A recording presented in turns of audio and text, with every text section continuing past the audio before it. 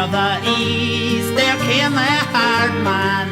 Oh ho ho, all the way from Britain. Glory, hallelujah. Come live right on the orange juice. He went into a pub and he came a paralytic. Oh ho ho, feed the insider. But a hell of a mixture. Cod liver oil and the orange juice. Does this bus go to the dinosaur parley? Oh ho ho, I'm looking for a lumber. Glory, hallelujah. Cod liver oil and the orange juice. There in the dancing he met Harry Marrie. Oh ho ho, the flower of the Gorbals. Glory, hallelujah. Cod liver oil and the orange juice. Oh no, Marrie, are you dancing? Oh no, it's just the way I'm standing. Glory, hallelujah. Cod liver oil and the orange juice. Oh no, Marrie, you're one in a million. Oh ho ho, and so's your chances. Glory, hallelujah. Cod liver oil and the orange juice. Oh no, Marrie, can I run you home? Oh ho ho, I've got a pair of sand shoes. Got a hell of a funny cod liver oil and the orange juice.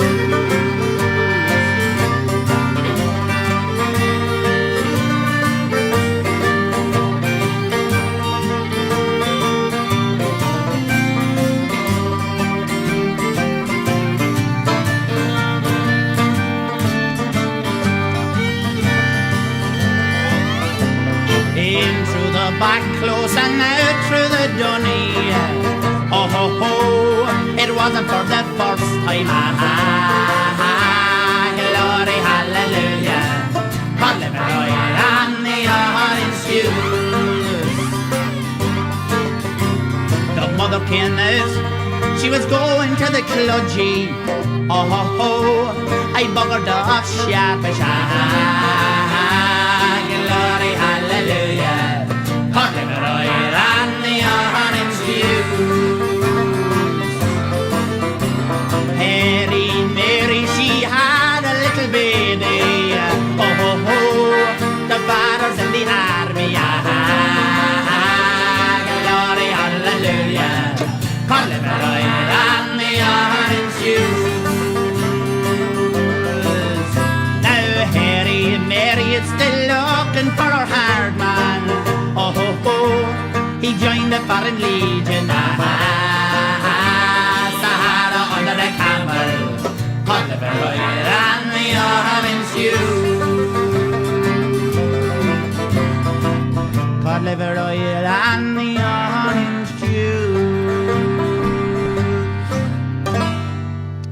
Well, folks, hello. What's the crack? Welcome along to another episode of the Rebel Podcast live here, multi-streaming on Facebook and YouTube tonight. So you know the crack. If you're watching the show on Facebook, please share the stream.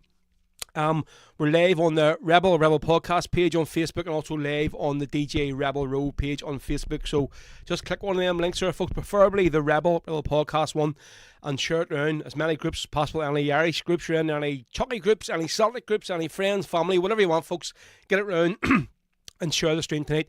If you're watching the show on YouTube, you can copy and paste the link and send it around any of your contacts as well. So tonight it's a big show, folks, big interview.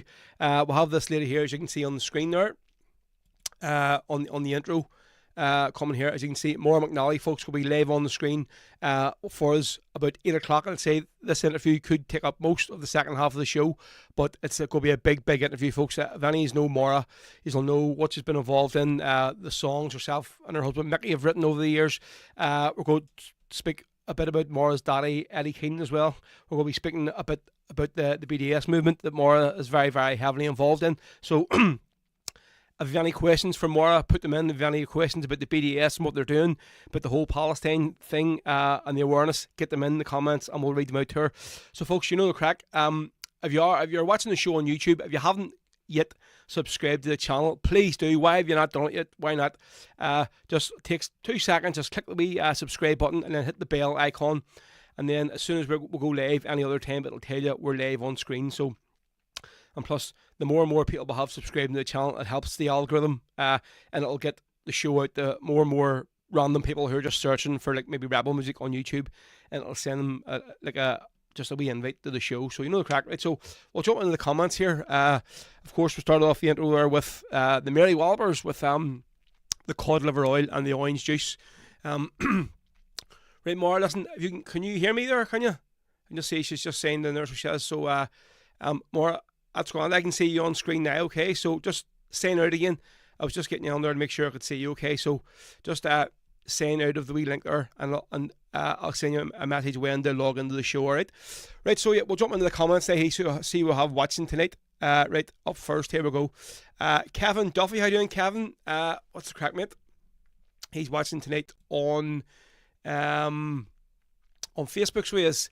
Good man, Kevin. Iona, how you doing, Iona? What's the crack? Evening all. Iona watching over in Scotland. There's Marrie on, the spanner himself on Facebook. Evening all. Christopher Mahoney, how you doing, Chris? Good evening, mate. Chris Mahoney and Ballybrack, good man yourself. Let's see, Kev saying there's a few questionable characters in here. You're the chief one yourself, so you are, mate. There's Elaine, how you doing, Elaine? Watching on Facebook tonight. Dan Kelly watching on YouTube this evening, good man yourself. Jesus, this is the earliest I've seen Paul Sheeran on ever. It must be because Maura's on this evening. Good man, Paul, watching on Facebook tonight. There's my brother, Ronan Carson. Eddie Keenan, some man, God rest him, great friend of my dad, definitely was indeed. So, see, Dan says, Ro, please come have Finian, the two Brentons. Is that their version? Hugh McNally, what's the crack, Hugo? Good man, see you on early tonight, watching on Facebook. And there's the Paddy boys. All right, hope all's good, Macara. Yes, Paul, good to see you on, mate.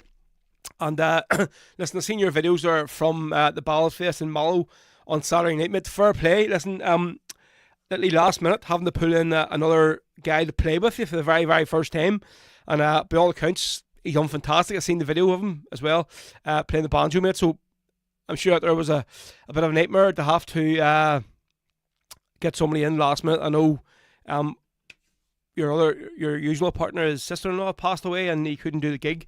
So, mate, fair play to you for getting somebody in that quickly to cover the gig. Right, so folks, keep the comments flying in. We're going to get the next tune on here tonight. So we're going to officially start off the show tonight with a bit of the Flying Column and Kathleen Largy. So this one here, I was actually looking through earlier on an album on Spotify there of Eddie Keane stuff that we're going to play one of the songs from later on. And he done a cover of this here song and as Gaelic. So this here is see, Paul just said I was on last week, Rory Carson. Sarah is listening for the first time. Happy days, Sarah. Good to see you on, Mrs. Right, so here we go. This is Rushing Do from Kathleen Largy and the Flying Column, folks, here tonight on the Rebel podcast, live on our special Monday night show. So here we go.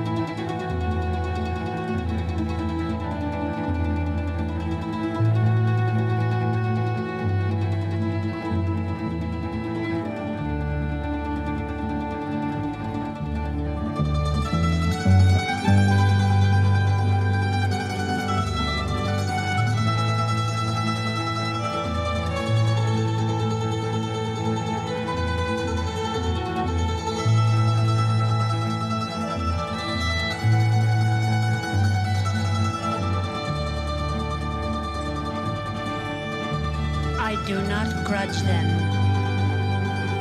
Lord, I do not grudge my 2 strong sons that I have seen go out to break their strength and die. They and a few in bloody protest for a glorious thing. They shall be spoken of among their people. The generation shall remember them and call them blessed. But I will speak their names in my own heart in the long nights. The little names that were familiar once round my dead heart. Lord, thou art hard on mothers. We suffer in their coming and their going. And though I grudge them not, I weary of the long sorrow. And yet I had my joy. My sons were faithful, and they fought.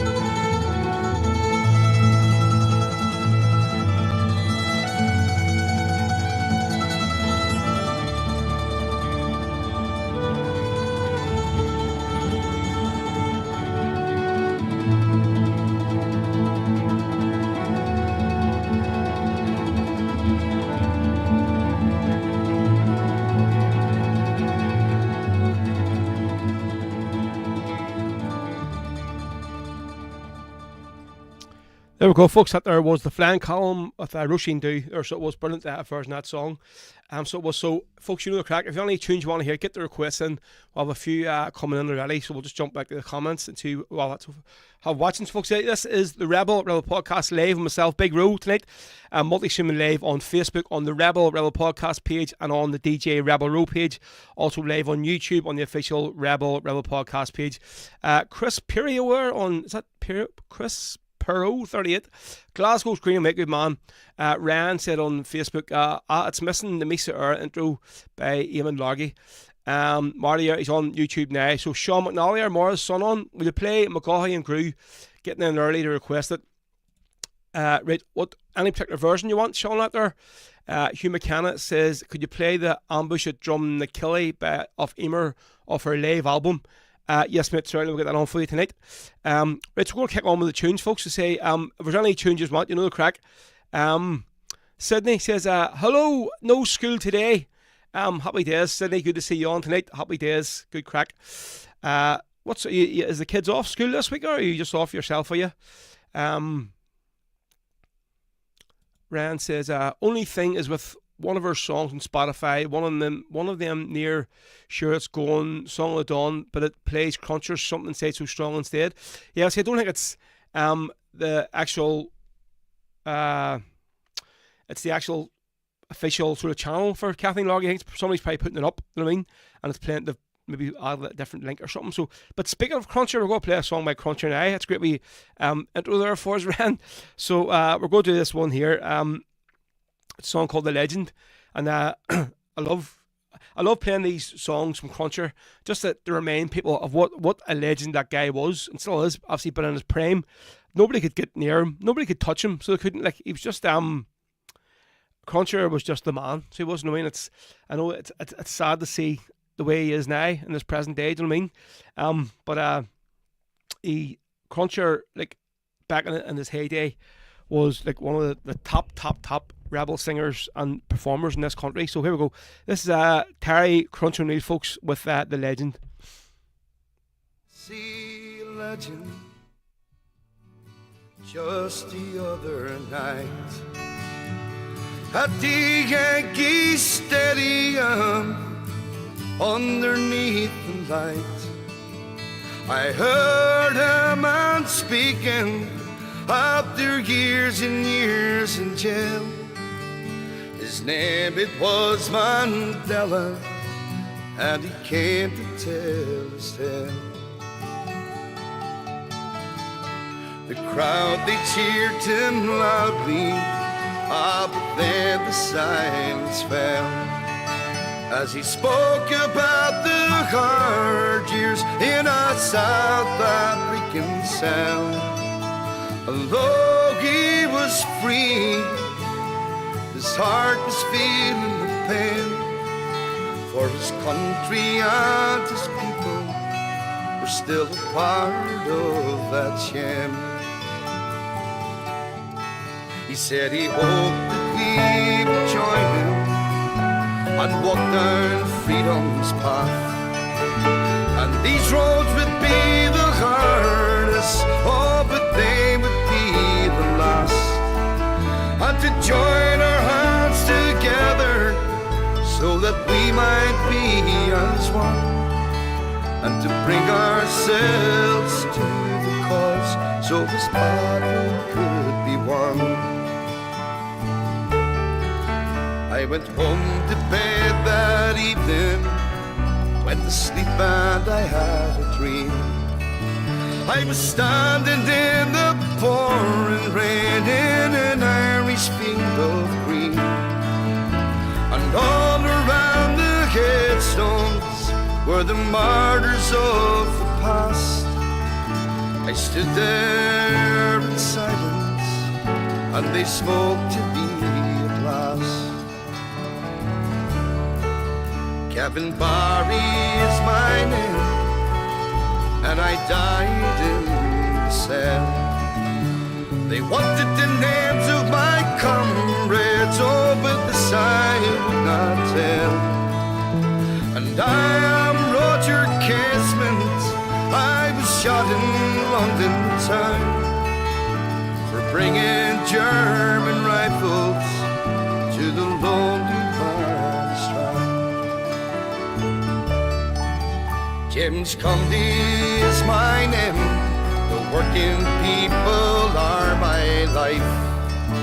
When they shot me down in Kilmainham jail with strife, and I am Patrick Pearse, I was shot down by the foe. I read the proclamation at the steps of the GPO. The last voice that I heard says my name is Bobby Sands, and it's good to hear Mandela's words are ringing through the land. I want to hear them in Belfast, in Derry and Tyrone. Maybe then those English soldiers will know it's time to go home. I woke up in the morning, I remember them all, and who would believe that they'd knocked down the Berlin Wall? And now, said Mandela, could this really be? Maybe now we will see Ireland reunited and free. Maybe now we will see Ireland reunited and free.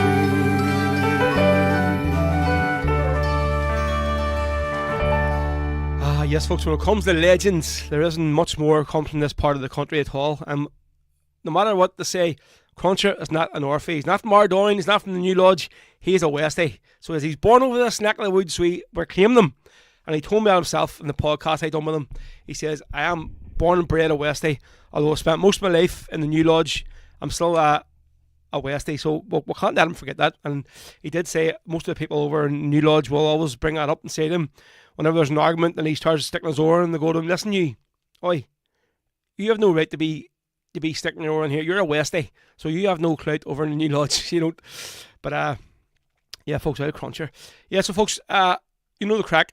If there's anything you want to ask Nate, anything you want to ask Maura, our guests from about 8 o'clock, please do. We've lots and lots of stuff to get through. And what I think I'm going to end up doing is getting Maura down to the studio at a not too distant future date to do a proper sit-down interview the way I done with my dad, Kevin. Because there's just far, far too much stuff.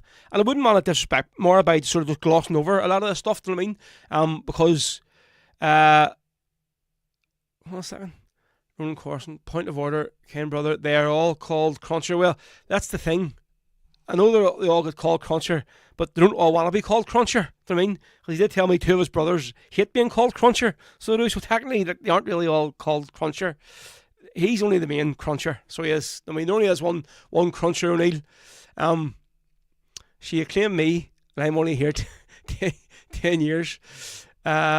Well, Marty, you know the crack. When you've been here that long, like you do claim. I think you're starting to lose your culty accent day by day. So you are. I mean, the more and more you start drinking the rock bar, the more and more you're going to be someone like, as my ma hates me saying, the lower whack. Only because she's not here tonight, and she'd probably throw the tea around me because she hates me saying that there, the lower whack or the lower falls. Do you know what I mean? So she does. That's what we were saying. Yeah. So I think there's just too much to get through for the night, maybe in about half hour, 40-minute interview. So we're definitely going to get more down into the studio, do a proper interview and get through everything, because there's just so much of a life there. So there is, I mean, with Maura, her whole life and the musical career, or with her dad, Eddie, the whole stuff about Palestine that we'd love to get into and talk in depth about what is happening in Gaza and what's happening with the BDS that she's very heavily involved in. So yeah, folks, loads and loads of great stuff to get through with tonight. So it is. So if you want to ask Maura anything, put it in the comment section and we'll get on to it. If you want to ask for a song, put it in the comment section, folks, on YouTube or Facebook. Right, so up next, we're going to do this. Hugh McKenna asked for this one. He was looking for a tune from Emer. So from her album, the one was recorded Live the Rock Bar. It seems like many moons ago now. So it does. So looking for the ambush at Drum the Killie. So this is from Emer's album Live in the Rock. Spicy for Hugh McKenna, folks. This is the Rebel podcast, multi-streaming live on Facebook and YouTube on Monday the 17th of February. And don't forget, we are going to obviously give out later on about the anniversaries there of Clono. That was the 16th, wasn't it? And of course, the Brent and the Dark Hues. That was yesterday as well. So we're going to be playing both them songs tonight because Maura has asked for them to both be played. So we're going to be playing the Irish Brigade versions of both songs. Yes, Paul says, can I play the Martyrs of 81 from Dreams of Freedom? Yes, mate. That's a song we haven't played in donkeys. So, yep, that's an original song written by Potty Air. So we'll get that on for you, mate. Not a problem. So, yep, good to see great requests like that there. So here we go. This one is for Hugh, and this is Emer with the ambush at Drum the Killie.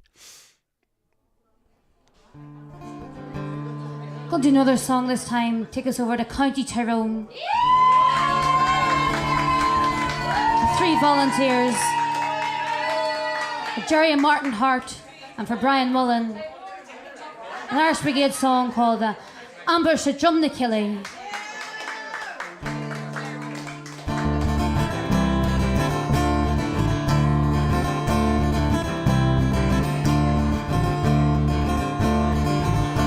Once again, black flags are hoisted in the county of Tyrone. 3 more good men lie butchered by the forces of the crown. We shed tears of grief and anger as the news spread quickly around. How the SAS had waited without warning, gunned them down.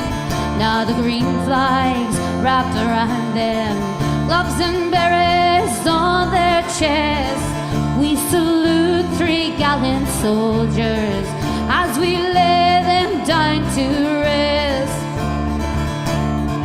On the road past Drum the Killie, sour roads and roadways still. They're the sass men laying waiting to do Maggie Thatcher's will. Like Loughgall and like Gibraltar, British justice, it has no thrills. They came to Tyrone for vengeance, and their orders were to kill. Now the green flags wrapped around them, gloves and berets on their chests. We salute 3 gallant soldiers as we lay them down to rest. Jerry and Martin Hart, we've lost you. We remember you with pride. You both had so much to live for. Now your dreams have been denied. Brian Mullen, we will miss you with your friendly, smiling face. Though you died with your fallen comrades, in our hearts you'll keep the place. Now the green flags wrapped around them, gloves and berets on their chests. We salute 3 gallant soldiers as we lay them down to rest. 3 brave volunteers have gone now. What is there left to say? It was Ireland's love that called them when they joined the IRA. So let Thatcher send her murderers to the hills of Green Tyrone. It is she who will be mourning when we send her soldiers home. Now the green flags wrapped around them, gloves and berets on their chests. We salute 3 gallant soldiers as we lay them down to rest. Now the green flags wrapped around them, gloves and berets on their chests. We salute 3 gallant soldiers as we lay them down to rest.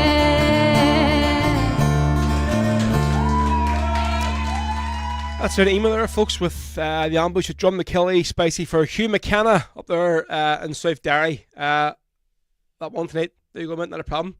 Right, so yeah, loads more requests coming through, folks, tonight, so we'll get them in. Let's see, Kieran McGack, what's the crack? Kieran, good to see you on, mate, tonight. Cheers, mucker. John McDonald. Quick question from Moira. Who's your favourite grandson? Love Lorcan. Well, I think we know the answer, don't we? Paddy Keenan says, any chance of Barleycorn Freedom Walk? We're going to do that one next hour for you, Paddy. So we are. That's lined up next hour, so it is. There you go. Vincey McGee. How you doing, Vincey? Class, good man yourself. Tune in tonight. Let's see. Marty, ask Mara to give us one of her new recipes. That's all you need to do is go onto our Facebook page and you can get a lot of Mara's daily recipes. You would have seen it when I've done the intro for bringing her on last week. That I put her down among a whole thing of like sort of poet, songwriter, activist, and I did it world-renowned culinary expert, and that was no joke, so it wasn't it? You kids of hers look rightly nourished, Sean. It's Mickey I feel sorry for, so it's like if them meals really are like up to the standard Mara's been making, like I don't know, like I think maybe that's why he stayed so small for this long, and Mickey hasn't grown in the last 50 odd years, or whatever, because he just he's not getting a good, healthy, balanced diet like any other normal man should be getting in his house. Do you know what I mean? There's Kira. What's crack, Kira? Good to see you all, missus. Cheers for tuning in tonight. Down sleeve do there. Right, so moving on. So Kieran was looking for Ronnie McCorley. Yes, we'll get that on, not a problem for you. So we'll do this one next. So Paddy Heenan, he was looking for the Barleycorn and Freedom Walk. So this one is Spicy Feud, really old one. This is from the Man Behind the Wire album. So it is. Yeah, Freedom Walk, folks, here live on the Rebel podcast.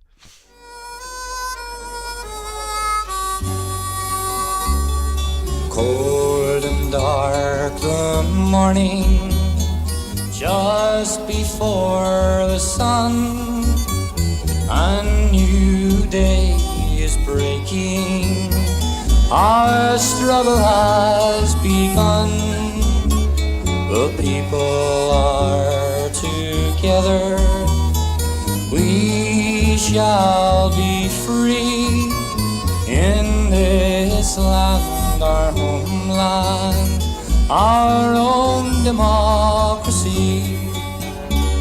Come on, you lads and lassies, rally to our cause and seek the abolition of those old-fashioned laws.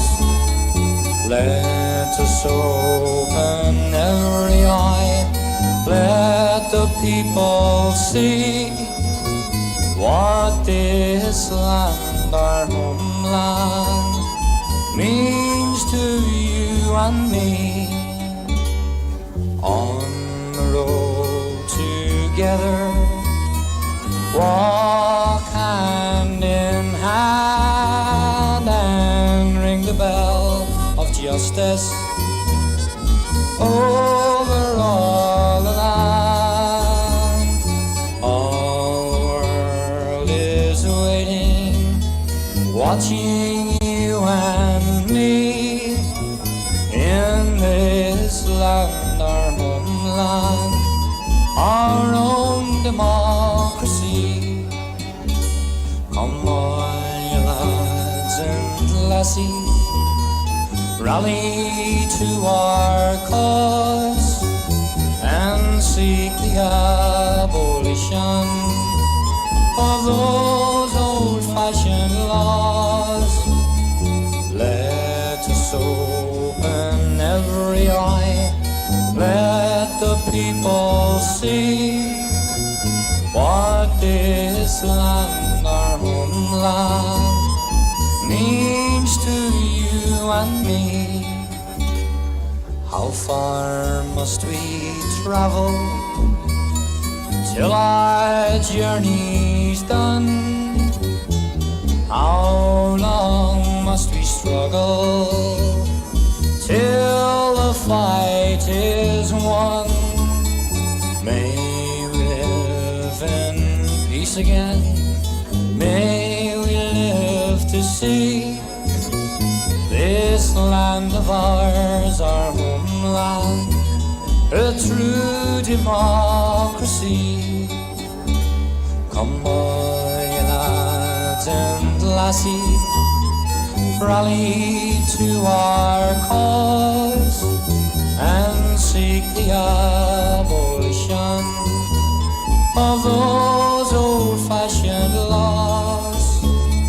Let us open every eye, let the people see what this land, our homeland, means to you and me.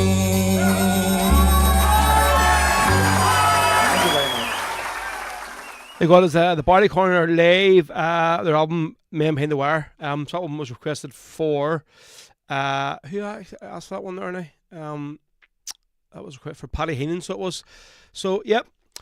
So folks, get the request in. There's loads more coming through. We have a good few songs lined up. So I have there's Big Johan, our good friend, the Swedish Provo. What's crack, mate? Good to see you on. God bless this lovely land of mine. Are you asking for that song, mate, or he just like he's saying God bless this lovely land of mine? It's been that long from you been over here, so it has. Alan Chucky McPherson gonna play Ourselves Alone by Claymore. Right, I'm looking at that there, mate. It should be on their album there on Spotify, so it should. So McGack was looking for a bit of Ronnie McCorley, right? And just as he said it, our own actually asked for the, let's see.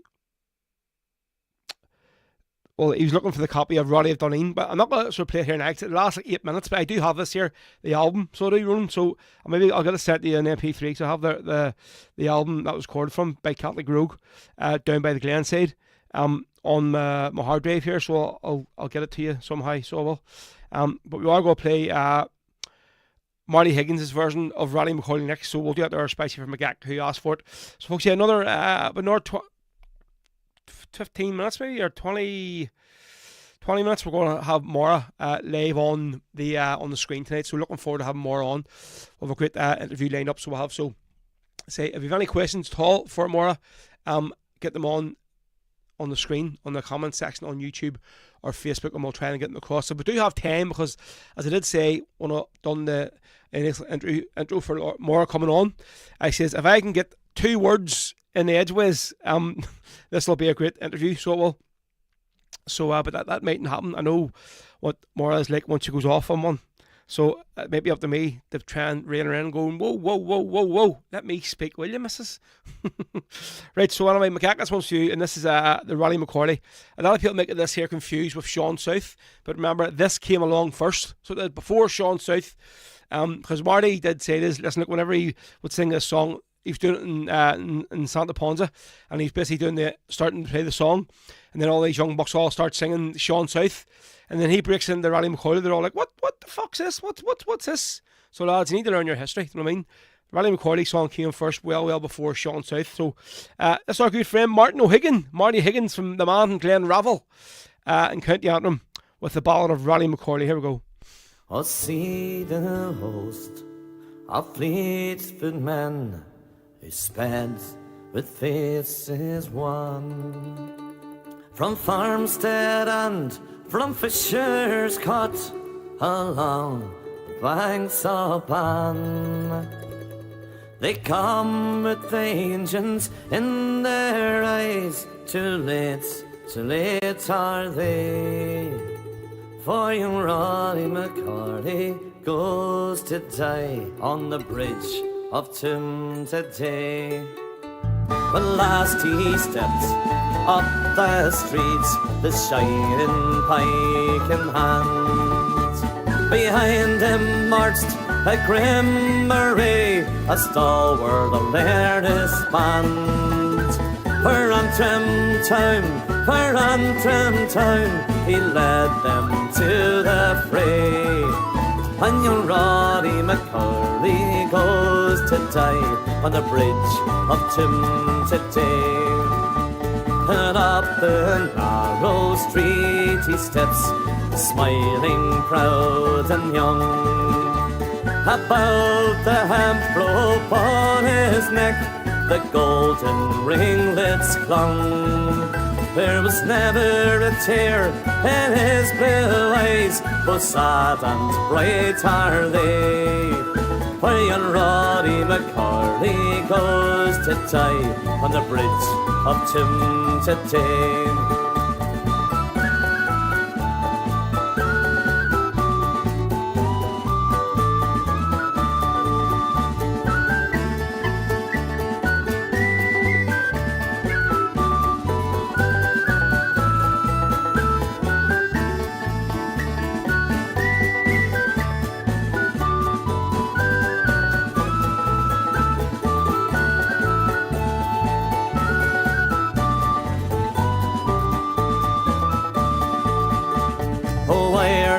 Mother Ireland, you love them still the best. Those fearless men who fight and fall upon your helpless breast. There was never a one of all your dead more bravely fell in fray than he who marches to his fate on the bridge of Tim today. Because he loved his motherland, because he loved the green, he goes to meet a martyr's fate with proud and joyous gleam. But true to the last, he treads the upward way.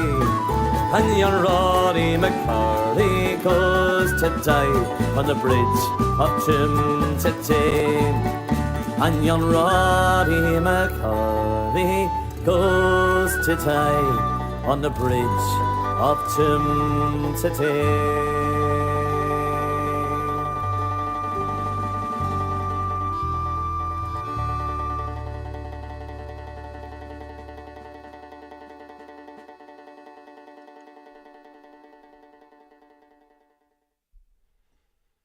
To break us they tried, but took us for fools. No brave volunteer would follow their rules. We fought till the end, our belief was so strong. We want a free Ireland where the Brits don't belong.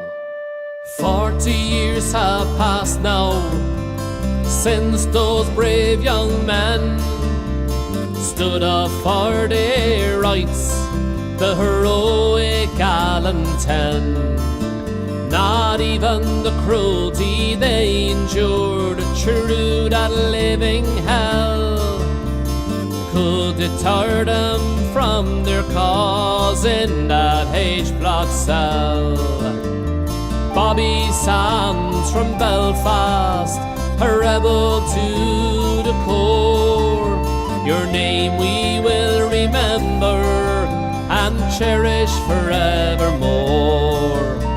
Francis Hughes of Balahi, fearless against the crown. With your fight for Irish freedom, you never left us down. Those brave young men of 81, honoured to be free. Ireland's gallant soldiers come down in history. A gallant Ray McCreesh from South Armagh came he. As clever a soldier there was to evade the enemy. Patsy O'Hara, brave and bold, from the heart of Free Derry town. Known for his resilience, they failed to break him down. Joe MacDonald from the Falls Road, a brave soldier was he, standing by his comrade, showing faith and loyalty. Martin Harrison was a member of the East Tyrone Brigade, courageous till the end, his defiance never swayed.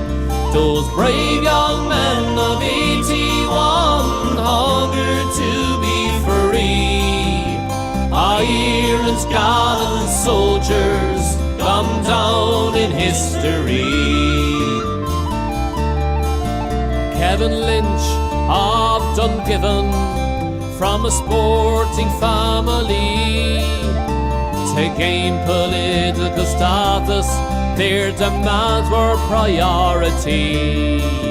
Kieran Doherty from Belfast, fighting for the prisoners' cause, with courage and with bravery to suppress cruel England's laws.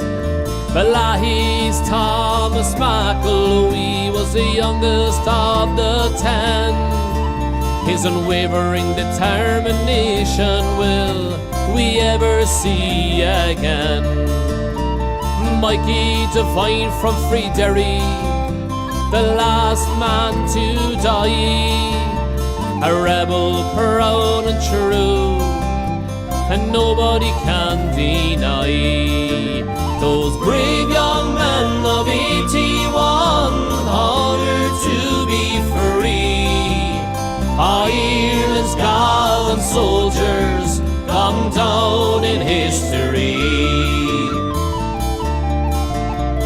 Thatcher tried to quench the flame for our right to be free, but British justice is all it was, now all the world can see. Prisoners of war is what we were, and that's no shame to say. We fought for our rights and integrity, and that's our legacy today. Those brave young men of 81, hungered to be free. Ireland's gallant soldiers come down in history. Those brave young men of 81, hungered to be free. Ireland's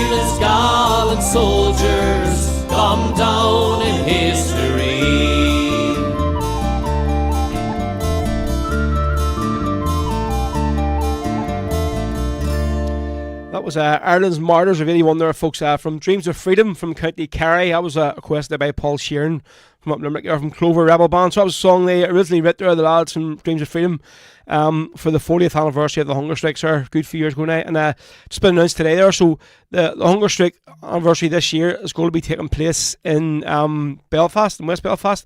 And the main big function is going to be in the Devonish afterwards on the Sunday. I just seen Shebeen have been announced to play at it. So Maura is sitting waiting patiently, folks, ready to go on the screen. So we're going to play the first song that Maura has requested for us, and then we'll get her on after this tune. So two of the songs she wanted, one was obviously the song herself and Mickey writ about the dark, Brenton Hughes, the Warrior of West Belfast. We're going to play it there at the end of the interview. But this one here, obviously, because the both anniversaries were yesterday, so they were. Brenton Hughes' anniversary was yesterday, and then the Cluno ambush was yesterday as well.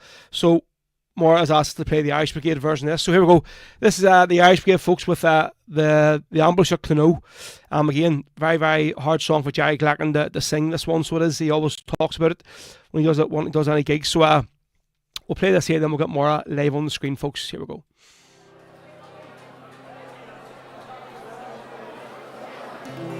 Here's a song for young lives lost before their time, for daring lads cut down in their pride, in a land that longed for freedom and for peace.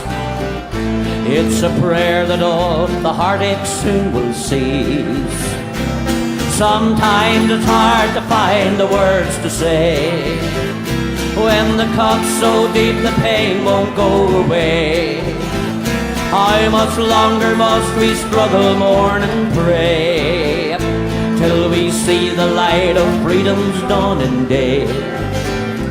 In their boyhood years these lads learned at first hand, they were only second class in their own land. Stopped and searched by police each time they walked the streets, and degraded by each foot patrol they made. To those RUCN soldiers it was fun to intimidate our children with their guns, but there's some young folk who won't take any more, and there's some who'll want to even up the score. Barry O'Donnell was a thorn in England's side, he led his volunteers with dauntless pride. Sean O'Farrell stood beside him all the while, and we never will forget his roguish smile. Countless times in action these pair played their part, that they couldn't hold them broke the soldiers' hearts. But young lads knew they lived on borrowed time, but they'd make their mark before they crossed the line. In Island Square that February night, well, the sentries in the barrack all took fright. Oh, for on a lorry coming straight ahead was a unit of the East Tyrone Brigade. From that lorry's back the Irish flag flew high, and a big machine gun pointed at the sky. And when Barry with that gun began to shoot, oh, the Brits there longed for transfers to Beirut. As the tracer bullets split the barrack wall, our brave volunteers showed no fear at all. As that lorry drove away, the people cheered, little knowing that their cries would soon be tears. It was the boldest deed that little town had known in all the years of struggle in Tyrone. It was the saddest night that town would come to know, for the SAS lay waiting at Cluno. It was not until they had the big gun down, and our volunteers thought they were safe and sound, that the sassy opened up from every side, and on that killing ground 4 brave lads died. We lost both Peter Clancy on that night, a volunteer who scorned Britannia's might. Young Paddy Vincent died there by his side. He gave his life for what he thought is right. We salute you, Barry, Peter, Paddy, Sean. Though you've left us, your memory will live on. For to the crown, the knee you'd never bend, and you were bold and fearless to the end. So come all of you who love your native land. As for peace and freedom we march hand in hand. Our brave volunteers have not been lost in vain. From the ashes we will build our land. So come all of you, so come all of you who love your native land. As for peace and freedom we march hand in hand.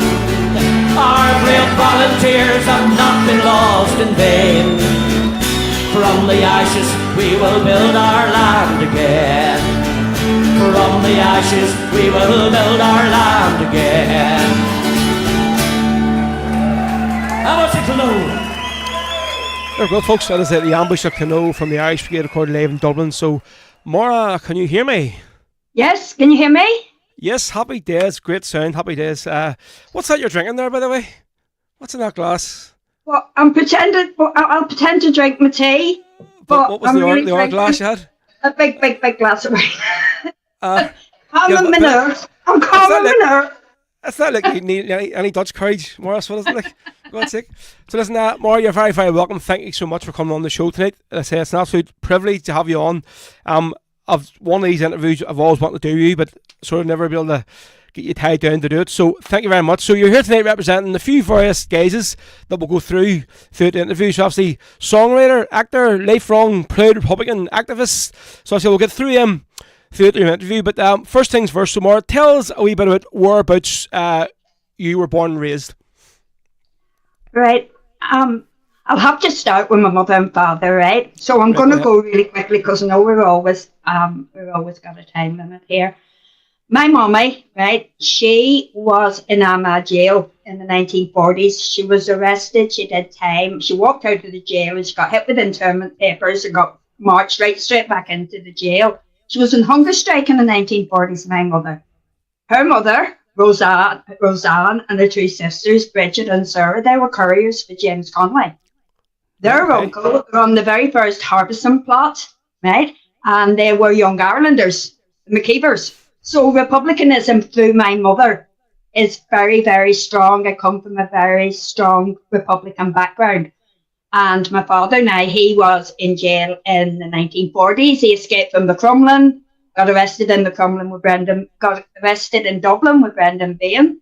He was sent to the Curragh. And then in 1970s, he was interned, and he was arrested in the 1950s in jail as well because he was charged with escaping in the 1940s. So I come from a very strong Republican background. And when my father was in jail, he learned his Irish in jail. So we were brought up listening to a lot of old Gaelic songs. So from both my parents, we had a love of Ireland. We had staunch republicanism. We had a great love for the language, the culture. My daddy brought us all to Cayley's. I never went to what my mother called jigs. If you went to disco, English, just English, or you them English things, you know, you went to Cayley's. That was it, my generation, you know. And so whereabouts were you born? Where were you brought up in? I was born when my mother and father, my mummy came out of jail just after the war, and because my mother had done time, they were kind of blacklisted and they were finding it hard to get work, so they went over to England. But my mummy hated England, hated the English, and couldn't get us home quick enough. But we're there for about 12, 14 years. So I was born in a place called Darwin outside Blackburn. And I can't imagine you living in England, Maura, and enjoying it over there at all. Like, I hate it. My son lives especially there. your dad, like, Jesus. Like, I know. He's not a man I would think would stick that long over in England, like. No, he stuck it out for as long as he could. And then when because there's a big family of us, and I think there was so many children, but my daddy got redundancy, and the minute he got redundancy, he just packed up and brought us all home. But the hospital that I was born in, this is the truth, the hospital that I was born in, a year or two before I was born, some man had escaped from a lunatic asylum, went into the maternity hospital where I was in, and he lifted babies out of the cots and banged their heads against radiators and killed 3 kids. So, seriously? Yeah. Jesus. I was born up the street from a lunatic asylum. It's kind of my excuse for being that me. explains explains a lot more. So maybe that was the I thing. keep going off on tangents, by the way. You know I'm going to do that. But go ahead. But Make the next question. Yeah, so you mentioned your dad, Eddie. Right? I would have a lot of fond memories of Eddie Keenan, especially my dad as well. Always talked about him. He knew him very well, so he did. Obviously, you mentioned there, he's lifelong Republican, Gael Gore activist. Obviously, like I remember you used to have you would have had a birthday party for him every year up in the Roddies, wasn't it? You used to have. I remember. Yeah, we had them for a lot of years. Just stopped before COVID, but. Yeah. So tell us a wee bit, obviously, about your dad, because I mean he was sort of very well known. So he was, through his activism, and he very, very heavily involved in the Irish language and stuff. So he was, a lot of people knew him. Obviously, when he passed away, it was very well publicised and stuff. So it was. Well, my daddy learned his Irish in the Curragh when he was arrested in the Curragh, and God, the stories might tell you about my dad and Brendan Bain. Him and Brendan Bain were great friends. When I was only a wee child, my dad had us down in Dublin, and this man come over, and my dad wasn't a drinker, and this man come over and he shouted across O'Connell Street, "Eddie, Eddie!" And my dad shook hands and they gave themselves a big hug and everything else. And then he just lifted me way up and threw me right up in the air. I must have been 6 or 7 at the time. And my dad says to me, "You'll remember Brendan Bean threw you up in the air in the middle of O'Connell Street." And it was years later when I started getting into reading, the Borstal Boy and a lot of Bain's work, that I realised exactly who he was. But my dad was arrested. There was people are executed by Republicans during the war. Richard Goss, Maurice O'Neill, Charlie Kearns, he executed Republicans, and there was a big meeting to try and get it'll come back to me, but it was to stop one of the executions, and he was arrested by the Bry Harriers, and as he came out, the Bry Harriers said, "Who's your man away up the street?" And he says, "That's Brendan Bain, we'll get him tomorrow." So my dad was brought round to the Bridewell, and the two of them just sat all night singing until the guards were absolutely freaking out because they just never stopped singing. And he says that whenever he was in Mountjoy, there was De Valera. He interned everybody who came back from the Spanish Civil War, right? And one of his favourite stories is about this little Basque who had fought in the Spanish Civil War, and the IRA. During the 1940s, they had an arrangement with the Nazi government, right? So this Nazi had been arrested and he was in the jail. So he used to walk round and goose step round the yard. And the wee Basque, who absolutely hated fascists, used to stand at the window and he'd shout and scream and wave his fists and everything. And every time he done it, Hortz, you call him, yeah, Hortz, he just used to click his heels and do the Nazi salute, and that just drove the wee Basque absolutely crackers. And Madame Brendan Bean just used to walk round every time they knew Herx was out walking in the yard. They used to come in so they could laugh at the wee Spaniard because, "Hey, you fascisto, out the window." But he says, "Bean." Have you just got me on speaker or something? I can hear it in the background. It's like have you on like a TV or something? It's coming through my headphones. Like in the background, I can hear myself come through your feed. So it is. I think it might be the fridge. Is that any different? No? Hello? Hello? Yeah, I think that's it. I could hear myself come through on your feed. It was just echoing a wee bit, so that's all it was. Don't worry about it. All right. No, because I'm in the bar here. My famous bar. The world famous bar in Poglass. World famous bar. I am in the world famous bar. Yep. Paul Sheeran has spoke very, very fondly of your famous bar, so he has, I have to say, when he's up at your house, so he has, and enjoyed your great West Belfast hospitality, so he has. So yeah, so you're talking about your dad, Eddie. Now earlier on, you actually sent me a link to an album you put together of, it's all songs. I listened to nearly all of them today because I was out obviously driving the lorry, so I had a bit of time. So it's basically it's an album put together of all songs actually sung in Gaelic. So it is. We're going to play one of them in a later stage in the interview here.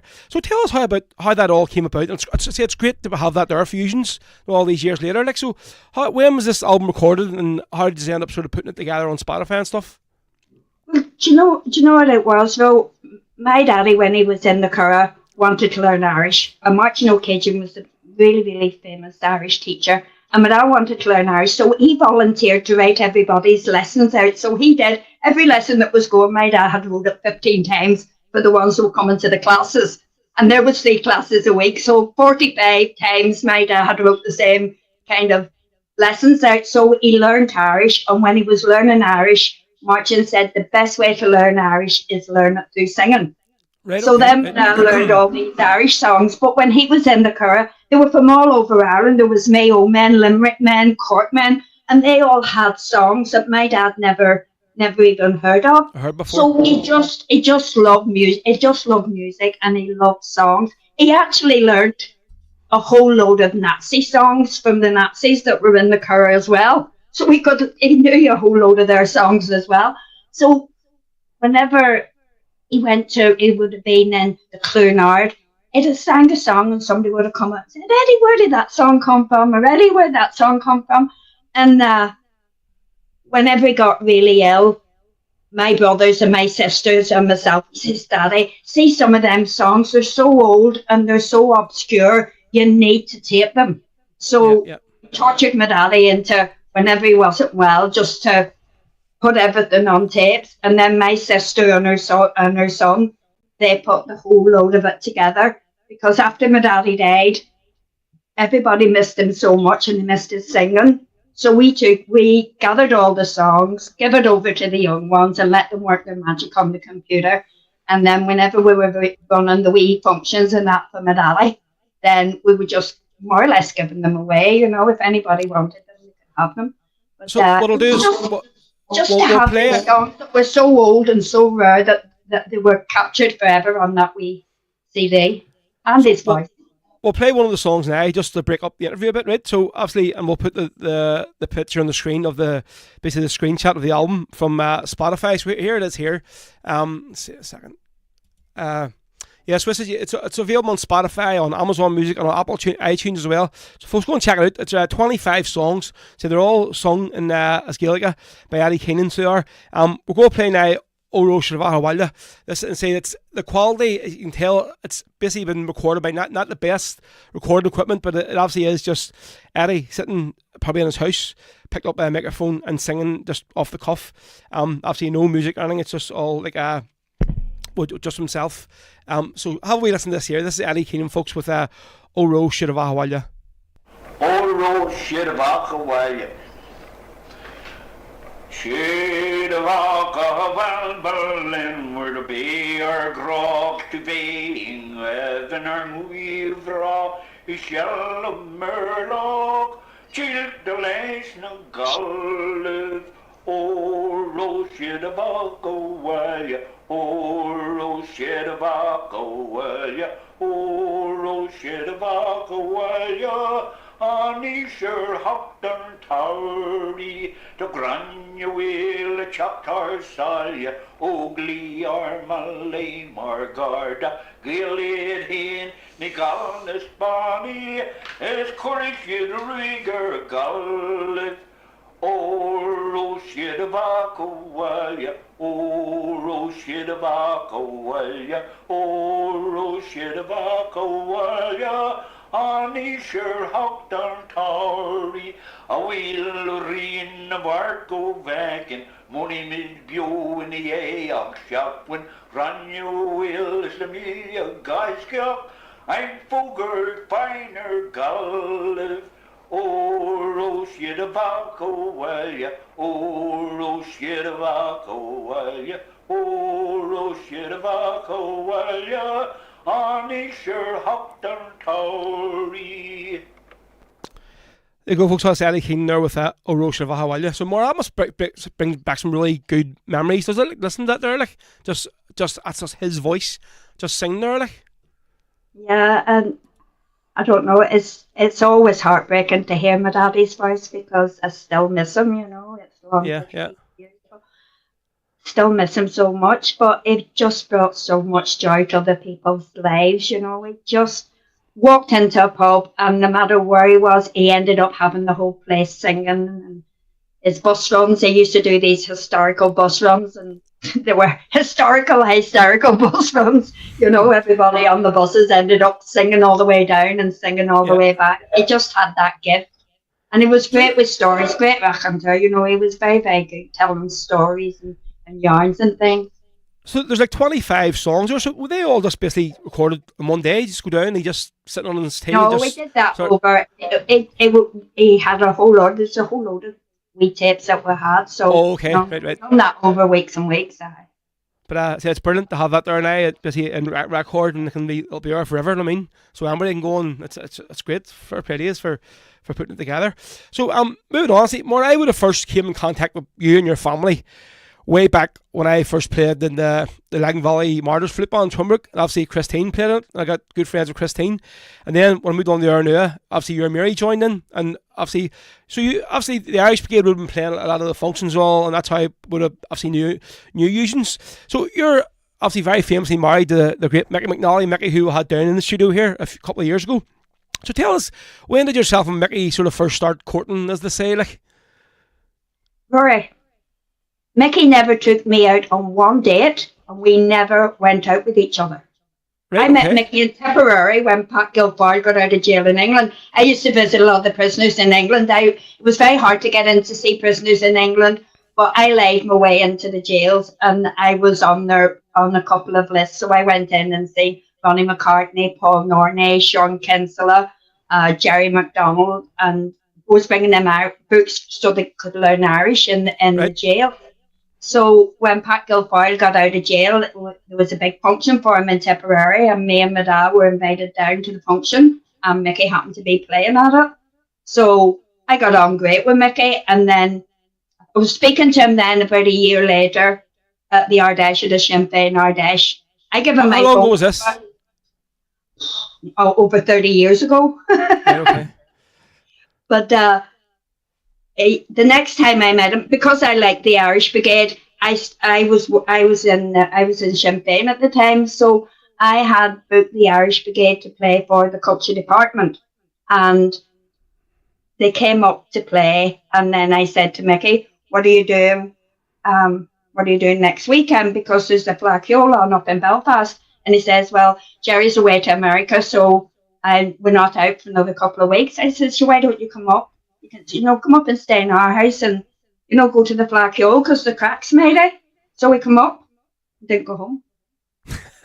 He didn't go home. So he never took me out on one date. Watch my lip. He moved into my house and wouldn't move out. He moved in, just didn't move out again. So, and do you know how we proposed? Go ahead. I told him I had to do something romantic, so we stood under my window and played Steal Away with his mandolin when he proposed. So did he always have the ponytail, or did that come after he met you, or? No, his hair grew really long, and his mummy told him to get it cut, and he took the neck out of the way she told him to get it cut, and then he refused to cut it. That was a rebellious thing, Alex, it was. There you go. So you've been together all these years now, so you have, like, and obviously then moving in with the Irish Brigade and stuff. So say you have been around the scene for obviously involved with the rebel music scene for a very, very long time now, Maura. What would have been the very first song that you would have sat down to write and then recorded? Pierce Jordan, right? Okay. Actually, just see Teresa's just on there now commenting, so she is in the feed. So when that there was writ, how long after Pierce's murder was the song put together, or? Oh, you see, Pierce, I could just spend the whole day talking about Pierce. I'll try and talk about him without crying, because Pierce was just lovely. And see, without talking, would have to talk about Theresa and Hugh, because when my mummy and daddy moved up to New Barnsley, Theresa and Hugh became very close to my mother and father, and they were more than good to them. When my sister and her husband were murdered, Theresa and Hugh insisted on doing all the catering. Don't buy it, don't do any food at all, we'll do it all. Everybody over my sister's murder, and because she was killed over the 12th, it was nearly over 4 days. Every single person was sandwiches, soups, 3-course dinners, everything. And whenever me and Mickey were getting married, I wanted, I believe in keep your business on the road. It's just kind of our generation thing, keep your business on the road. So if I was running a function, it would be in the Roddies. But any of my family were getting married, it would be in the Roddies, because that was my mummy and daddy's favourite. So, right. But they weren't doing weddings at the time, so the second option was the Fallons. So we ended up getting married in the Fallons. But I was trying to be sneaky about it and book the reception through Theresa and Hugh. And I got my daughter to ring them up and, book it and get a price for it and then pay for it. And then, because I didn't want to freebie a freeload or anything, right? So they knew who it was right away. Pierce answered the phone, and our Katrina was there. I was just wondering, what the prices would be. And they were saying, where is it? And they were saying, oh, it'll be in the Fallons. And when is it? This time, get your man on the phone. What are you at? We're doing your wedding. That's it. But even before that, when our kids were up there, right, all my nieces and my kids loved Pierce, because my daughter and her cousin were kind of goth, and that was kind of a no-no up in New Barnsley, because it was very rough and ready up there. And see, every time they came, see if anybody tried to bully them, Pierce was out there. Nobody touched Mary's kids. Pierce was their warrior. Pierce was their hero, because they knew they could go out and do anything. And if anybody said boo to them, Pierce was there. And then just before Pierce died, Theresa had a wee shop in the town centre. And Theresa had sat 1 or 2 driving lessons and hadn't been very successful. So walking past the shop, me and Mickey's walking past the shop, and Pierce is at the shop window, and I'm standing at the window going, test, and Pierce is going, zip it, right? So I went in straight away, and I went, well, Theresa, how did it go? Pierce just grabbed me by the scruff of the neck and literally threw me out into the middle of the flipping street. But we were playing that night.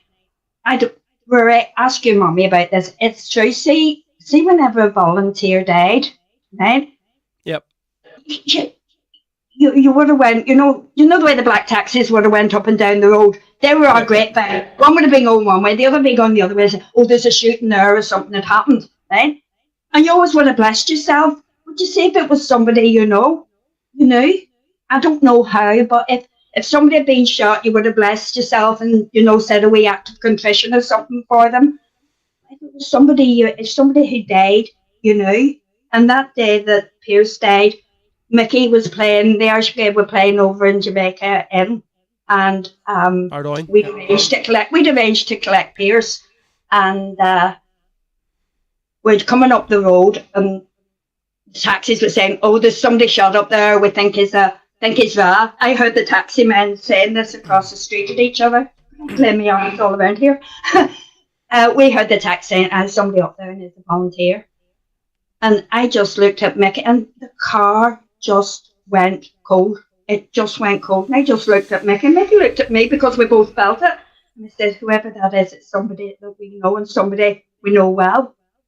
Now, any other time you just bless and say, God help the family or whatever. But we knew. Before, when we got up to the house, Sean McMahon from the Aranura, he phoned me to say that it was Pierce. And then I had to phone my mummy, and my mummy loved Pierce. My mummy was really, really fond of Pierce. And because of my sister being murdered, I always seemed to be the one that brought in the really bad news to her. Yeah. But Pierce was lovely. And whenever we went home, I was listening to the news, and the first thing said news was, a young man was shot in Falls Road today, right? them words just, a young man was shot in the Falls Road today, and I just sort of froze at the words. And then there was a second bulletin, and it was 1 minute it was this, and 1 minute it was in a gun battle, and the next minute there was guns found in the car, next minute there wasn't guns found in the car, and there was 4 different on the news bulletins. There was 4 different news bulletins. Stories. Yeah, different stories. So that's where it came from, and I was so devastated about Pierce. I really was devastated. I just wrote down how I felt about it, because I would do that. I did that quite often whenever something happened to someone, and that's how I started writing. But we brought it up to Therese, and I said to Mickey, I wrote this for Pierce. Can you put music to it? So Mickey put music to it, and then just about a week after Pierce died, we went up and said to Teresa, listen, I wrote a song for Pierce, but we don't want it. Maybe about a year or so, you might want a song. Right? Because a lot of songs were written about volunteers, and it was kind of a standing joke with Rabbit. He'll watch your back when you're out there on active service, so the brigade will be writing a song about you. Next. Yeah. But well, that's where the song came from. But the minute Teresa heard it, she asked us to sing it right away. Now, I was always a wee bit iffy because it seemed to be too soon to me, but Teresa liked the song so much, and she said, no, sing it, because I want people to know what happened to Pierce. Now, it's hard to explain it though, but you see, I don't know, it would be one of my favourite songs, right? And when Jerry wrote it, you just know that there was a personal connection there. Yeah, definitely. Yeah. If you know what happened, it's like writing that song for Martin Doherty. He saved Mickey's life that night in the Widow Scanlon's. He saved his life that night. So when you're writing about something that you have kind of a deep personal connection to, the words just come, and the words come out beautifully. Do you know what I mean? Well, that's what I think anyway. Yeah, no, sure. I think, but obviously that I always do mention whenever I play that Colonel Ambush song, because obviously I've seen Jerry singing it so many times. All them kids, do you know what I mean? It hit him really hard. But see, whenever I first met Mickey, we went to the boxing club in Coal Island, and the Clonoe boys were all there. Brian Mullen was doing the door. Emer was singing the song about Drumnacilly. Brian Mullen was doing the door. And when I went in, I seen them, and there were 4 young, handsome, lovely young Tyrone lads laughing and joking and having a crack with each other. And I said to Mickey, who's that wee boy over there? And he went, that's Kevin Barry O'Donnell. Rory, Kevin was caught over in England, right? And he got off on a technicality. See, if you got caught on operations in England, Rory, you were going to do big time. Yeah. And he got off on a technicality. And I said to Mickey, they're going to kill him. See that chair there? They'll want to kill him because he's got off on a technicality and he was operating in England. And I just knew that something bad was going to... It's just kind of a thing that... I don't know. We don't have a second sight or anything like that. And don't get me wrong. I don't think I have any kind of gift. It's like, ask your mommy, see if a Jeep rolled into the street. If that Jeep was coming into somebody else's house, if that Jeep was coming to raid, or that Jeep was coming with bad news, we knew. We knew by the way that Jeep stopped in the street, whether they were going to jump out and raid the house, or whether a cop was going to get out and walk down to the house and give you bad news, or whether they weren't coming to you. I don't know how we knew. I think you just have some kind of, intuition more than gift of. So obviously, if there's maybe some people listening more who aren't maybe familiar with yourself and Mickey and some of the songs you have written, give us a bit of a rundown of some of the ones people might know that you've recorded, maybe some of the ones that you've recorded that maybe people don't really know you haven't, or some of the ones you've written that haven't been recorded. Well, I wrote a song for... Alan asked me one time to write a song for Billy Reid, and I wrote one because he was in the Billy Reid band, so I wrote a song called Billy Reid, Remember His Name. And then Strip Search, because the girl across the street, the Teresa Brown and her sister, Mary McCardle, they both, their sister lived across the street from me, and she was telling me about one time when they come in and how they attacked the girls and how the girls had tried to defend themselves from being strip searched. So Strip Search was a song that I particularly liked that I wrote, but it wouldn't be that well known as well. and we're Celts because we're over in Glasgow and talking to Scottish nationalists and putting the Irish history and the Scottish history of resistance to colonialism and British rule. So it was the same struggle and the same punishments that were inflicted on the people from Scotland as they were on the people from Ireland. So usually when I write a song, it's something has kick-started the writing process. Right, okay. I know obviously about Peggy McCourt There's as another well. song for Peggy McCourt. Aye, Yeah. there's another song out there, Peggy McCourt. So I'd say about 15 or 16 songs have been. So I just want to ask about this one here. Obviously, probably one of the most well-known ones is The Streets of Gibraltar. Obviously about Maria Farrell, Sean Savage, and Dan McCann. So when you listen to the words that are, it could be talked about a lot of the newspaper sort of clippings or the headlines in the news. When did that song come about? Was it soon after, like the murders happened over in Gibraltar? When I was expecting Sean, right, I said that I was going to call him Sean after Sean Savage, but also Sean Kinsella, who's a good friend of mine, and he was doing a massive sentence in England. And I'd been out at Lagan Valley for my maternity checkup, and wanted to get back for the funeral. Right, as we were coming down the road, we had, because of the funeral, there was no buses come through West Belfast from Lisburn. So we had to get off on the Lisburn Road, come over through Finicky. And for the first time ever that I've ever seen it, where there's been an IRA funeral, we come down the Finicky Road and there was not a soldier, not a Brit, not anything. And usually they would be everywhere. You would have seen them at the Busy Bee, you would have seen them at the roundabout. There was not a soldier, there was not a policeman. Was deadly quiet, and there was one helicopter. Now, usually when there was a funeral, and the like of Mairead Farrell's funeral, you would have expected at least 6 or 7 helicopters, but there was nothing. That road was totally cleared of any military, any police, any kind of armed. They just had all pulled back, and you go down the road, and then you think, oh, this isn't good. Yeah, so something's amiss here. Something's going to happen. Like. Yeah.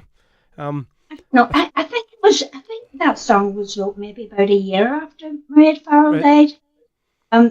Doco, we never wrote Doco till about 5 years after Doco died, but I'd never been down to Finglas, and I went into Finglas, and one of Doco's sisters says, the brigade haven't wrote anything about R. Martin.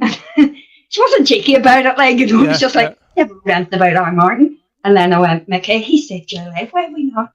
There's no song about him, and that's why. Were you at the Widow Skylands that night? No, but Mickey was. Mickey's seen it all. Mickey's seen it all. I remember him explaining to me the day I had him down in the studio, like, and still shivers, like, listening like that. What could have happened that night, like, if he hadn't stepped in and what he done, like, that function. Well, it's kind of like not even black humour, but the one thing about it was, Mickey's talking about what happened and Martin Dockett. Martin was fierce, like, he just ran at those men and he pushed them right, because they were in the building, and Martin Dockett pushed them back out again. And I think he was shot in the hand because he went to punch one of them as well. He was a real staunch, he was a warrior, he was a warrior. But they put the bomb in the building, and then they went upstairs and said, does anybody know how to defuse a bomb at an Irish Brigade function? Jesus Christ. That's crazy. There's more than one hand. This way, more than one arm, more than one hand went up. It's like a stampede. But one other song I want to talk about. Obviously, we're going to play this one at the end of the interview. So you asked me to play it, but I had sort of wanted to ask you a question about it. So obviously, the song, "The Warrior from West Belfast," about Brenton, the Dark Hues.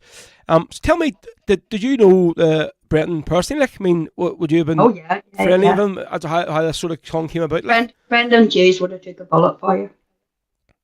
Brendan Hughes was one of the best volunteers I ever met. And when I was young, I was D Company, because that's where my grandpa lived, in the Lower Falls. So I was in D Company, and I remember his brother. I remember Charlie getting shot as well, because I went into Cleany whenever I was in 1965, and then from there into Coming On, and then I went into the Republican Army when they disbanded Coming On. So I kind of knew on both sides of a really nasty split with the officials and the provies. We knew everybody, but whenever the Falls Road was burnt down in 1969, I was on Radio Free Belfast.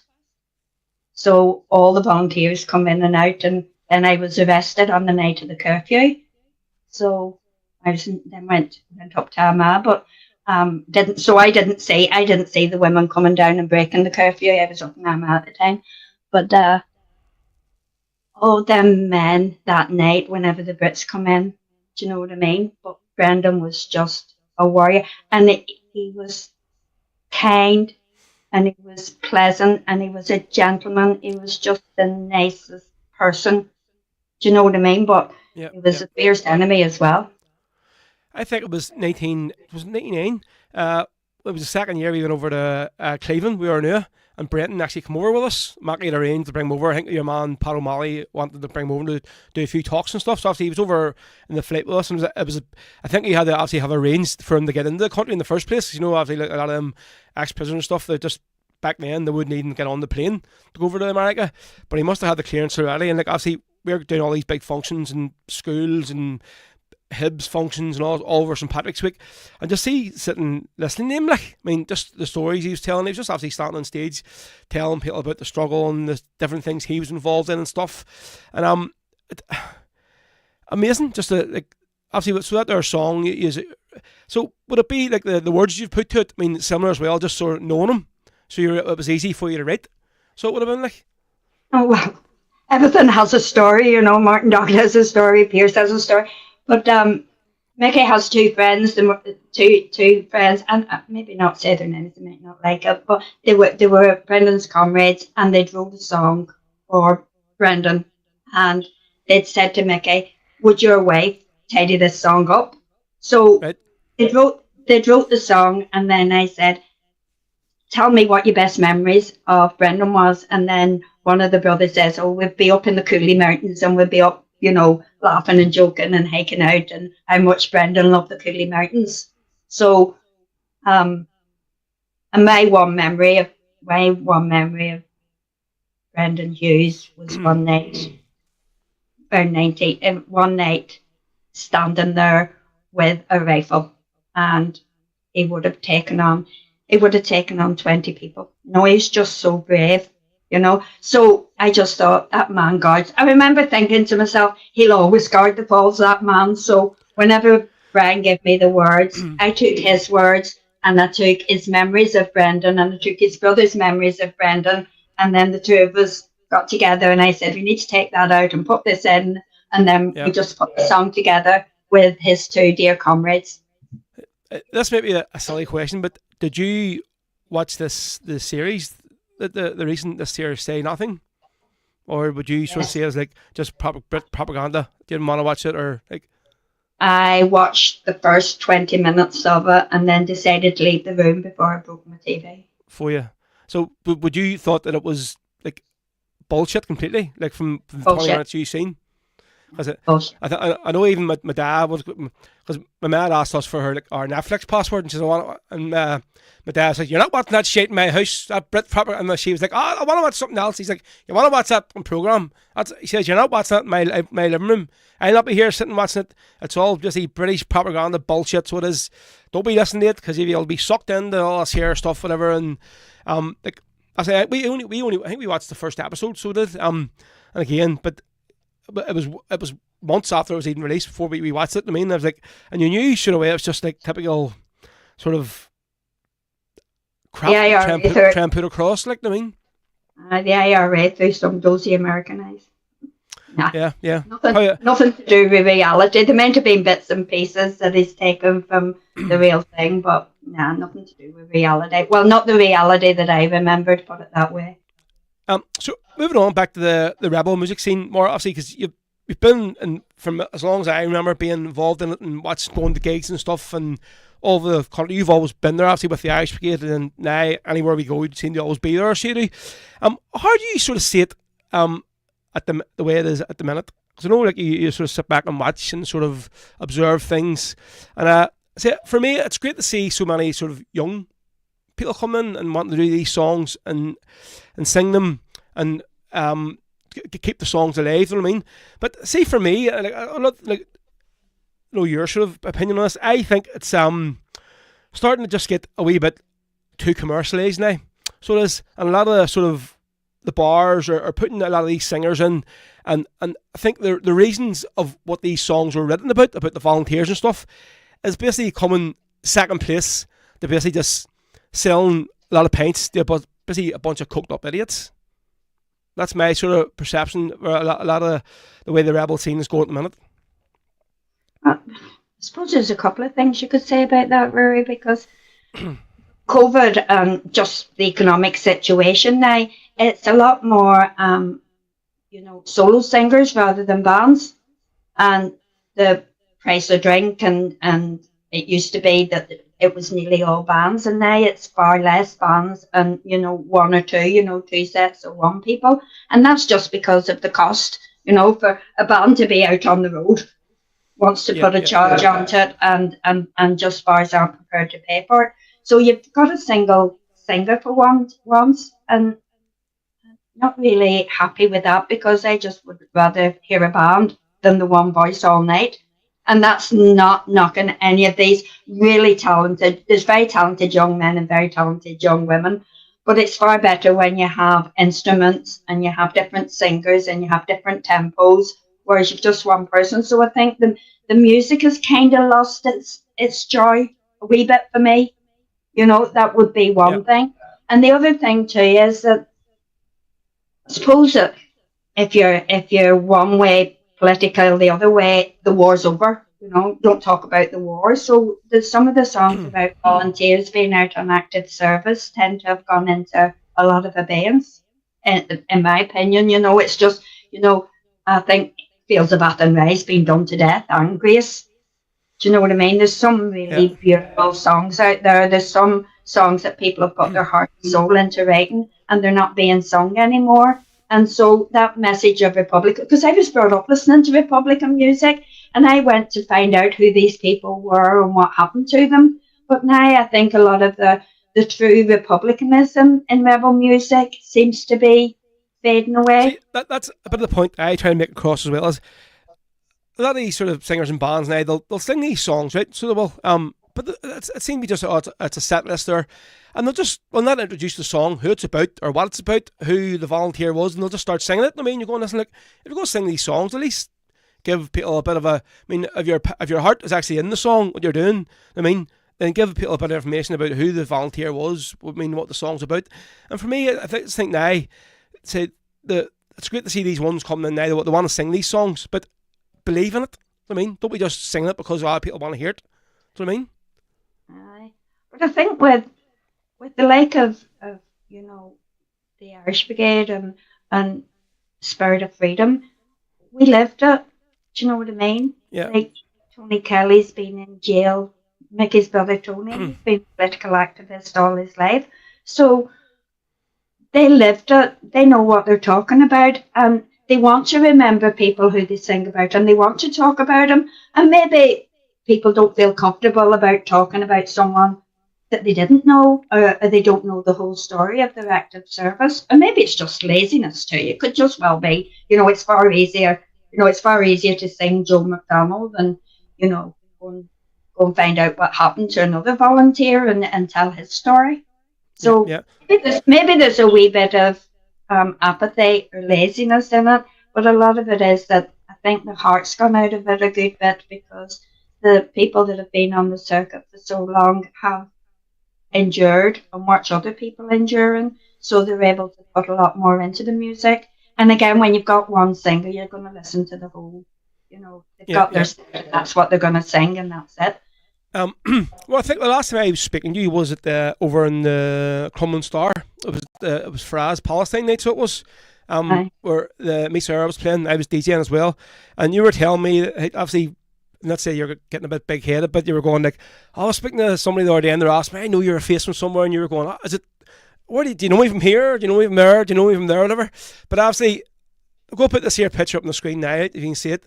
So this here face, obviously people will say, oh, how do I know what that woman from? And seeing you put a post up this morning, busy trying to claim that this is what won Kneecap the award at the BAFTAs last night. So obviously you played a cameo role in the film Kneecap. So tell me this, how did that all come about? How did you end up getting your break and playing like a major role in that film? Like,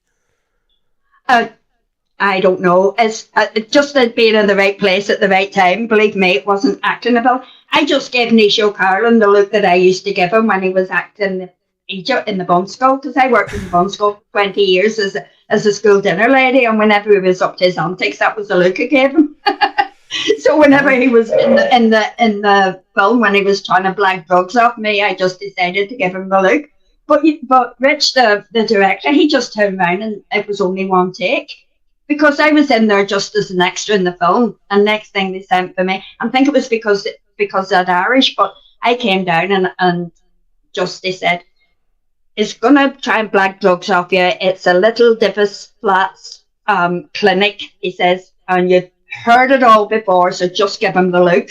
So I just give him the look, and then he went, we only needed one take of that. That's great, and then that was me with 80 quid walking away.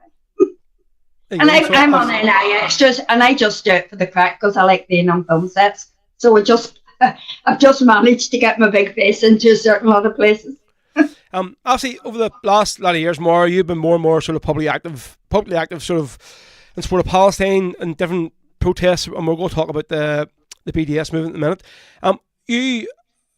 The clip of you speaking on Question Time went absolutely viral. So that you were telling me about, like, in Al Jazeera and all, shared it and stuff, whatever. So see that there night you spoke on it there on the Question Time. Well, did you know you were going to be getting asked a question, or was it just you sticking your hand up and hoping they were going to come to you or whatever? Or Rory, see, to get on Question Time, they wouldn't let anyone like me on Question Time, so I lied, as I do. How'd you blag your way on it? I wrote in the application that I voted Alliance. And that right, okay. my hobbies were cooking and gardening. And let me tell you something, see if I'm out in the garden, plants will die. I have a plastic lawn out there, plants die on me, right? But I did cooking, and I loved and I was very worried about the environment, like me, right? And then when I went in, I know that she always picks people who are dead dippy looking, because she always thinks they might be a bit of an idiot and they'll make the politicians look good. So I tried to make myself look as dippy as possible, and then went into the audience and sat right in the middle of her eye view. So whenever they said about Middle East, she then, oh, there's this silly old woman, and then she went, oh, the woman with the braids, and then I went, and I let fly. And then everybody, she wasn't expecting that. Definitely. And then it was in Lisburn, It was in Lisburn. See, when I was coming down the steps, I was getting pushed, jobbled, and then elbowed by all the puns that was in it. But that's how I got on. I lied, and I had a strategy. My strategy was to look like a silly old woman, sit in her eye view, and lie my way in, and that's how I got on. And it ended up with 12 million views, so... Yeah, so I was actually trying to find it today, so I was to put the video on to let people see it, but I just couldn't. I'm sure it is on YouTube or something, isn't it? People probably won't watch it. There's loads of them on YouTube. Yeah, but you won't be invited back anyway. I'd say so. I don't think so. No. I can lie again. I've got two sisters I look like, so I can still lie. Yeah. There's loads of comments coming up here, Maura, about obviously your cooking abilities on the comments here. So there's so tell me this, obviously, because everybody follows you on Facebook, or you're constantly putting up this stuff, and my ma is always saying about, Jesus Christ, I'm sick of following her recipes, and because you're pure dad, Kevin, he's near died twice, so we were following Maura's recipes. So what is this, just a piss take, like? I mean, is it, or are you a notoriously bad cook, like, or what's the crack? I have been in my family, the laughing stock of my family, for my cooking abilities for years. See, I was my previous lady, right? And see, my first husband, the first time I met him, was telling me how much he liked curries. So I started bragging about how great I was at making curries. I didn't even know what curry tasted like. But I went and bought, there was these wee packets, Festa curry, and it was a bag of rice and a bag of like meat, fried meat. So I put a tin of minced steak in with it, but I read the recipe wrong. So the meat was to cook for 10 minutes, but the rice was to cook for 25 minutes.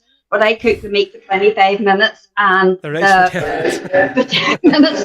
And God help him, he ate it. He absolutely ate it because he didn't want to not eat it. And then I says to my mama, "You're going to have to tell me how to cook." He says, "How long does it take to boil an egg?" He says, "More, 3 minutes." Right? The wife will go up. He says, "Mommy, why do you not tell me that you need to put water in it?" And yes, see, when I went to work in the Irish school in the dinners, I told my kids I got a job in the dinners, and they all burst out crying because they thought everybody had hate them if I started cooking. Oh, sorry. It wasn't a job doing the cooking anyway. So I'm notoriously. Do you know what it is? It's not that I'm a bad cook. I like reading. So if I put something on, you right, get distracted and it burns. I'd just lift the book and I'd be sitting reading the book, and then Mickey go, "More." And then I know because when he says more in that tone of voice, the smoke alarm has gone off. Yeah. So obviously, most weekends you can be seen in and around the shopping centres of West Belfast, different stores, highlighting that they're stocking Israeli goods, obviously with your comrades from the Belfast BDS movement. So firstly, tell us who and what is the BDS movement? Right, well, it stands for Boycott, Divest and Sanction. Boycott Israeli goods. Divest is don't put any, like the banks and universities and that invest their money in Israeli companies. So that would be divestment, right? And sanction is to bring in sanctions against the Israeli government because of the things that they're doing. So BDS is 3 strategies: boycott, divest and sanction. And Belfast BDS will probably be the most active, one of the most active branches of the BDS movement, because we actually remove the products where other people would leaflet them or have protests outside. We physically go in and we lift them off the shelves. Now, some companies are far better. I'd say Asda would be one of the best ones because, you know, they're quite sympathetic. So it's less rare for stuff to be in Asda. It's also rare for it to be in B&M, but we go in every day to check, and if it is on the shelves, we will take it off. But because so you do this every day of the week, like every day, like all day, every single day, yeah. And for the last year and a half, we've done it twice a day: 10 o'clock in the morning, 6 o'clock in the evening. Every single day, we take it off the shelves, they put it back on. We take it off the shelves, they put it back on. So how do you know what the products are and what shops is selling them and stuff? What way do you have a list? I mean, that these are updated about who's selling what and where it's come from? Or? Yeah, we go in and check. And then there's a list, and then we're connected to the BDS, the global movement of BDS. So there's a list of goods, because of the amount of goods that there is made in Israel, we have to concentrate on things that say made in Israel. Now, all the weights in Home Bargains, they're made in on a kibbutz just not too far from Hebron, but that's built on stolen Palestinian land. So they're taken off the shelves. We were taking stuff off the shelves for Lidl for a long time. They were made by a company that is cleansed, right? That has cleansed the city where they are made. And when I say cleansed, it means there are no Palestinians living there, no Palestinians allowed in it, no Palestinians work there. It is cleansed. So we took a lot of stuff out of Lidl.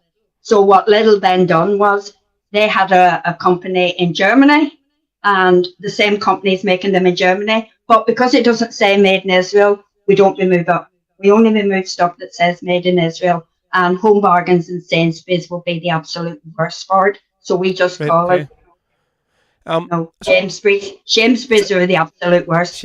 See, I know you've been doing it for a good while now. I mean, I think you're nearly accepted as much now, but see at the start, was there a lot of kickback from like the store managers and security and stuff that weren't going to let you in? Or how did it mean at the start? I mean, how was it took? Did you just land in and just march through the store? Or you didn't say, like, we're going to do this at a certain time, whatever, or what? No, we just went in and started removing it. We got a lot of kickback, but I think it came from a higher level, you know, let them in, let them do what they want. You know, if it's a peaceful protest, let them in, let them out, and don't do anything about it. And that seemed to be little. Now, the managers would have been quite unpleasant and little. And management in Sainsbury's, the least said, the sooner mended.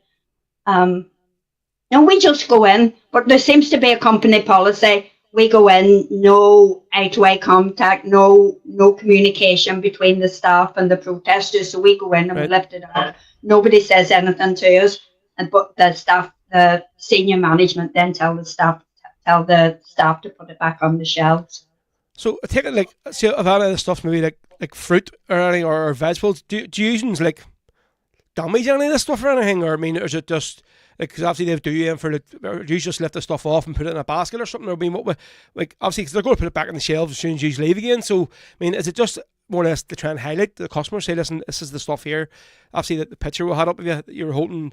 What were they? Were they like aubergines or something you had in your hand, or what was it? Or no, they were the peppers, the red peppers, right, okay, and green peppers and yellow peppers. They're made the other, and the other ones are the avocados. But they are on stolen. They are grown on stolen Palestinian land, and to sell them is a breach of international law. It's a breach of domestic law, and it's a breach of the United Nations Convention on Human Rights, and it's a breach of the Geneva Convention. So they are selling these products illegally. And I think that's one of the reasons why they haven't come after us, because if they brought us to court, we'd be quite happy to go to court and argue our case that these should not be on the shelves because they've been brought into the country in breach of the law. So we're quite happy to go in and, well, Sainsbury's barred a number of our protesters, and then they charged some of them with criminal damage. And when it went into court, they dropped the charges rather than let it go through the court process, because we do have a very strong case that they should not be on the shelves. And we are actually upholding the law, because international law demands that individuals and governments should do their best to prevent genocide and crimes against humanity. It's their duty to prevent it and to not be complicit and not to facilitate crimes against humanity or genocide. And that's the law. So we're upholding the law when we go in and we remove these things. See, when you're going in, like say Sainsbury's, or you guys call them like Shamesbury's, do you think what you are doing is having any effect? I mean, I think, see, obviously, like sort of Sainsbury's and West Belfast, they're part of like a multinational chain. So, all right. I mean, obviously, they're only stocking what their head office is sending over to them. You know what I mean? They say, yes, it's going on your shelves. I mean, so do you? When you're doing this, would you often get a crowd standing around watching you of people that are in shopping? And do you think the sort of the stance you're taking, is it actually making people aware? Like, I mean, and they maybe just don't buy the stuff, or I mean, is it? Well, the fact that Lidl changed their packaging to made in Germany from made in Israel, right? And no little store in the whole of island of Ireland now stocks goods, the wipes. The baby wipes and cleaning things, they don't stock them anymore, right? And we're just one group of people that's doing this. We're just one group of people that's boycotting and calling for people to boycott. And we've had 4,000 signatures asking the Sainsbury's not to stock them. It's thousands and thousands of signatures asking Home Bargains not to stock them. So people do support us. People come up and support us. Now, we do get some negative remarks, but I would say a good 90% of the remarks that we get when we're doing are always supportive. And if you're asking if negative remarks would you get? What? What kind of negative remarks would you get from people? Is it just maybe it's like somebody who's anti-Palestine or something, or it's just like what? Some people, for example, one woman come up and took some avocados out of the basket, and she said another couple of pennies for Israel.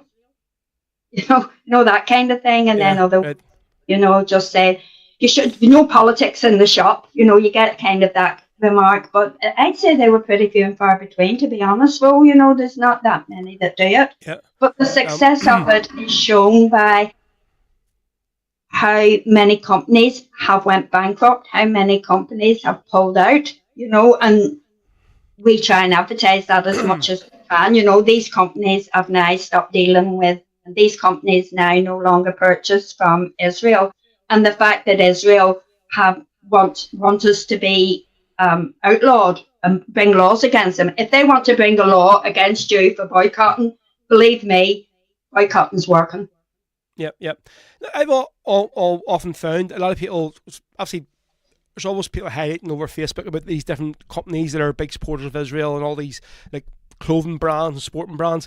One of them would be McDonald's, right? You see all the time is busy. McDonald's are a massive supporter of Israel for the stock, the products, the stock and all whatever. I mean, but yet I've never seen any type of protest in any of the restaurants. So I mean, is this something you just think, you're flogging a dead horse, or it's not going to work with near like Siemens, whatever? Or I mean, was that ever touched by the BDS or?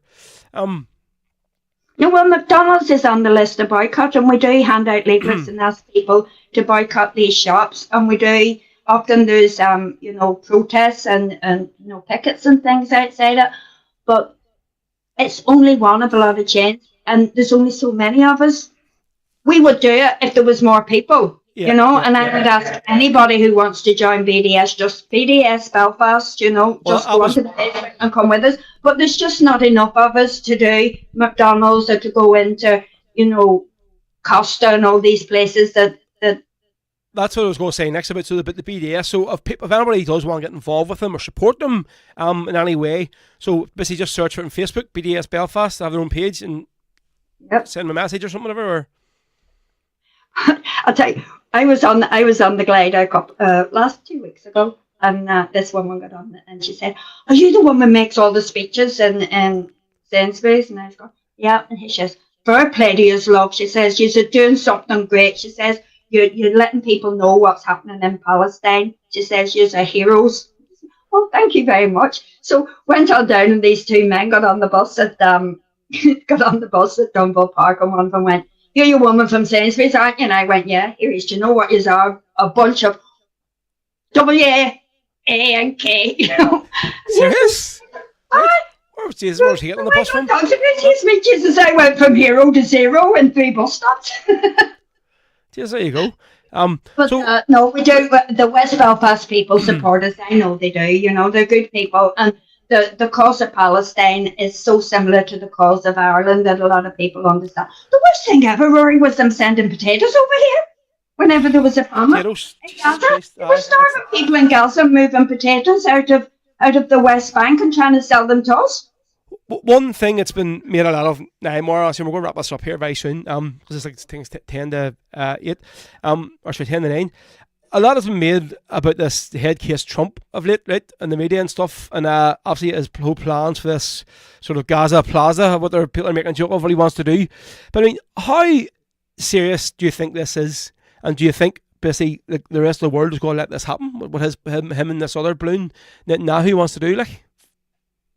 Well, I personally would say President Musk and Mr. Trump, like myself, but they want to take all the Palestinians out of Gaza. If the Israelis have their way, they are going to evacuate Gaza and try and move them 2.5 million Palestinians out of their country. I think that has been the plan all along. They were quite happy to move 750,000 out in 1945. There are 5 million living in concentration camps all around, and they are camps because they're Palestinians, so they won't be Jordanians and they won't be Egyptians because they are Palestinians, and it makes them a state people. And they're now trying to push all these people in, and so I just dread what's going to happen.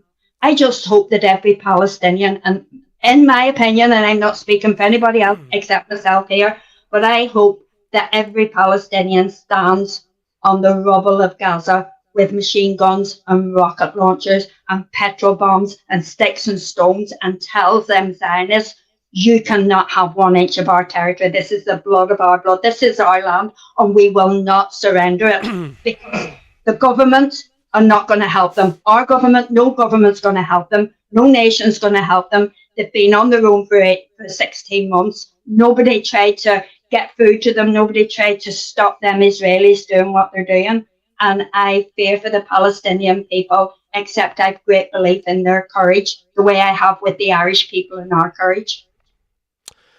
Well, very, very strong statement there, Maura. Listen, we're going to wrap it up. Listen, thanks very much for coming on. Honestly, just the last poster, Marrie put was you're talking about Elon Musk, he had just said, yeah, I agree, Musk is pulling Trump's strings, and I think he'll be running the next election himself, so he will, like, but it's bonkers. Like, I mean, you think how bad it was with Joe Biden, and people say like he's just a warmonger and stuff, but like, this is just a million times worse now with this other hate case in charge. Like, I mean, even for like sort of Russia and Ukraine, what he's sort of trying to do as well. I mean, but like, it's mad.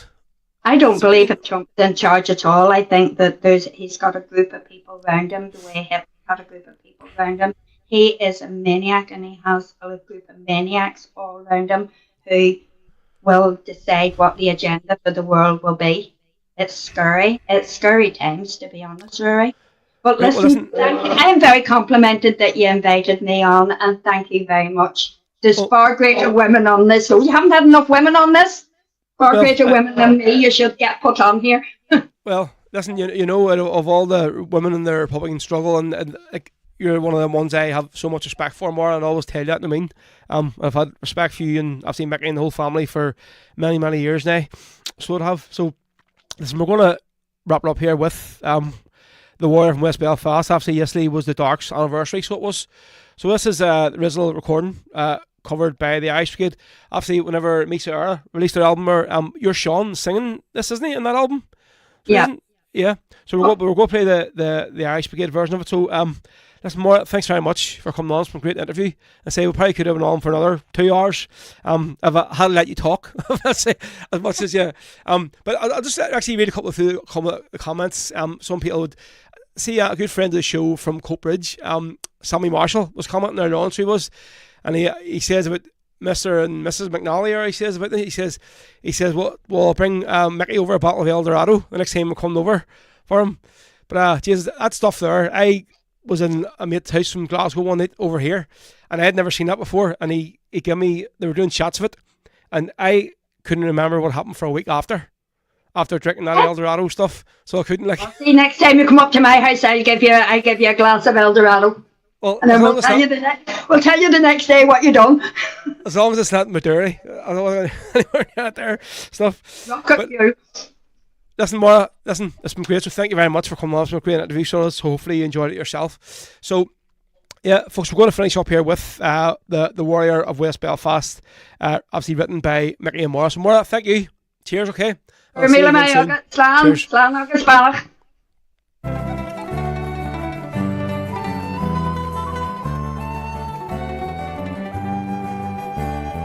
In the Cooley Mountains we'd march, drill and train. At the Gap of Ulster Britain's heart would still remain. At night we'd walk, laugh and joke and sing a rebel song. But all knew the path we chose would be difficult and long. And Brendan Hugh still guards the falls with rifle in his hand. He stands on top of the Cooley Hills and guards his native land. The Republic was his battle cry, a rebel to the last. The dogs will not give up the cause, said the warrior from West Belfast. No prison bars could hold him, Britain wanted to be free. He left behind Cashada and took his liberty. When the wardens came to check his cell, they stood and looked aghast, for all knew he'd work to do, the warrior from West Belfast. And Brendan Hugh still guards the falls with rifle in his hand. He stands on top of the Cooley Hills and yards his native land. The Republic was his battle cry, a rebel to the last. The dogs will not give up the cause, said the warrior from West Belfast. A prisoner got on hunger strike, sitting in a heat black cell. His picture flashed around the world, spoke more than words can tell. No speeding bullet or long slow death could Brendan's spirit cast. For courage was the watchword of the warrior from West Belfast. And Brendan Q still guards the balls with rifle in his hand. He stands on top of the Cooley Hills and guards his native land. The Republic was his battle cry, a rebel to the last. The dogs will not give up the cause, said the warrior from West Belfast. So we'll sing a song for Brendan Hughes, a comrade staunch and brave, unbowed and unbroken, through life and to his grave. His remains brought back to the mountains by friends who knew him best. They're in the glens, the fields and fens, they let him down to rest. And Brendan Q still guards the halls with rifle in his hand. He stands on top of the Cooley Hills and guards his native land. The Republic was his battle cry, a rebel to the last. The dogs will not give up the cause, said the warrior from West Belfast.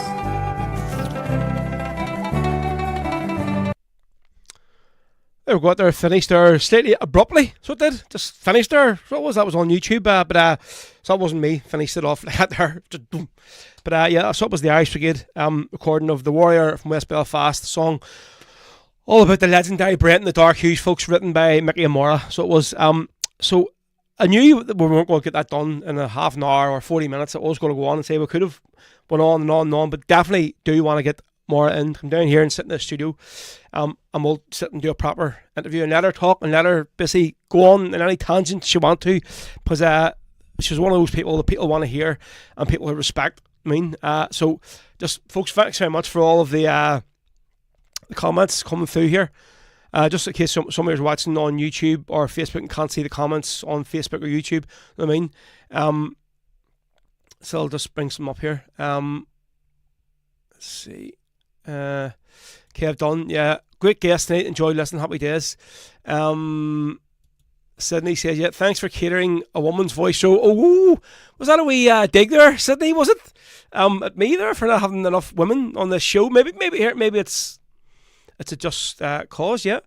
Iona says, yeah, what an interview, fantastic, Marrie. You need to get her back on row. Dan, you're on YouTube, so yeah, thank you, Marrie and row. There's Celine, what's the crack, Celine? Stranger, thank you, great interview, keep doing what you're doing, fantastic, thank you very much. The Paddy Boys are in Cork, great interview. Marty Higgins, great interview, cheers mate. Sammy Marshall are in Coatbridge, brilliant show, thank you very much. Kieran McGack, phenomenal interview, good man, cheers McGack. Kathleen McNally, nice Marrie. Marty Heaney, you can listen to Marrie McNally all day and night, one of the best. James McClave, one of the best interviews, cheers mate, thank you very much. There's Teresa Jordan as well, good to see you on tonight, Teresa, brilliant. Paddy Keenan, yeah, that's a call, an hour well spent, cheers mate. Sydney says, no, just recognising the importance, no dig. I was only joking, Sydney, you know me, just having a wee bit of banter, you know what I mean? But I think it's just right. I mean, there is definitely more women's voices that need to be heard. One of the podcasts that I originally done, which is very worth a listen, is one of the ones I recorded up in the Raddies there. It's on SoundCloud, so it was one of the audio only interviews done before I actually started this, before lockdown, before we started the whole all of this what we're doing now, you know what I mean? But I sat down and done an interview with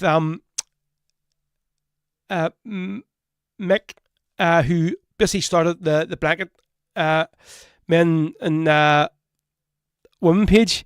So we had him on, Mick come on, and then we had John, who's actually an ex-prisoner, one of the main admins and contributors to the page, and then Bridge Brownlee come on. So she was obviously an ex-women's prisoner in Armagh jail. Then John was one of the ex-prisoners from in Long Kesh, and great to hear the story. Obviously, both them people were inside at the same time, so they were, what I mean, and they were talking about their different sort of experiences of the different screws in the women's jail and the men's jail.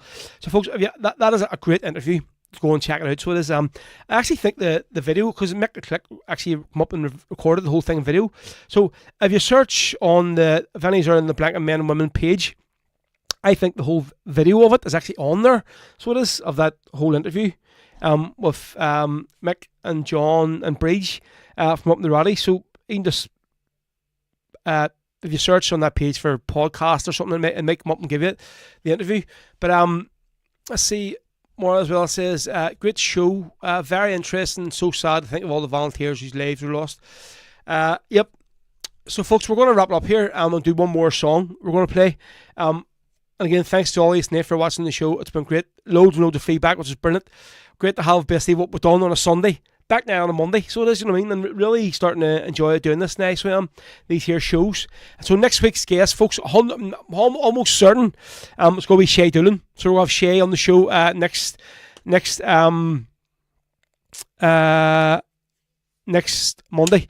So need just confirmed he did. I had asked him about possibly doing tonight's one, and he wasn't available. So he said I can definitely do the following week. So hopefully we'll have Shay on the show next week. It's need to just confirm it with him, but obviously we're not going to advertise that until I confirm it with him. Then we'll have Ryan McDermott on the show the following week. So our Ryan will be coming on. Obviously Ryan is not very much up and coming rebel singer on the scene at the minute. He's originally from West Belfast but living in Galway. So he is. So Ryan's will be coming on, just like we had Toby Mac on the show on the very first show, just giving the perspective of up and coming rebel singers. So the last song we're going to play of tonight's show, folks, is another song that obviously Maura spoke about earlier on. Very obviously wholeheartedly. Song about volunteer Pierce Jordan that Maura and McNally wrote. So obviously we've seen Teresa, Pierce's mother, on the show tonight. She's commenting, she's in the comments, she's watching the show. So we're going to play this for Teresa and Hugh as well, and Matt, who obviously a family I've been known for a very, very long time, obviously through my association with our new flute band. Family who have a lot of respect for, so I do. So this is the original Irish Brigade recording of this song. So this is the Ballad of Pierce Jordan, written by Maura and Mickey. This is one of the live recordings of the Irish Brigade, so it is of one of the recordings in Dublin. And obviously Jerry at the start mentions that it's recorded by Mickey and Maura. So folks, again from myself, Ro, thank you very much to you all for tuning in tonight. Thanks for everybody for commenting. Thanks to everyone who shared the stream. Lots and lots and lots of shares tonight. So it's great. This is going to be on now on YouTube for everybody to watch. So we'll share the stream later on once we're finished. So we'll he only just says, yeah, cheers as always, Ro. Brilliant show, thank you. Sydney says, yeah, flying out on a green airplane today, hoping to catch dreams of freedom in Tralee. So are you heading over to Ireland then? Are you, Sydney, over in Aer Lingus? Very, very good. Brilliant. So here we go, folks. It is on Ro. That's where I saw it. What's it is?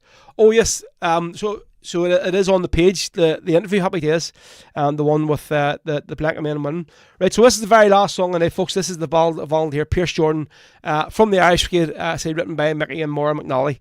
From myself, Ro, folks, thank you very much. Enjoy the rest of your week, and enjoy the match tomorrow night. Listen, we never know what's going to happen.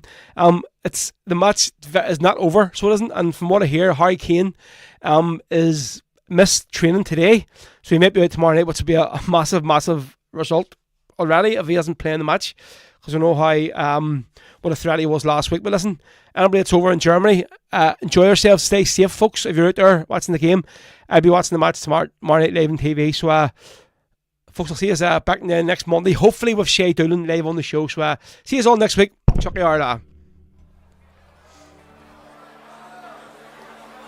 Lovely ballad this time, called the Ballad of Pierce Jordan.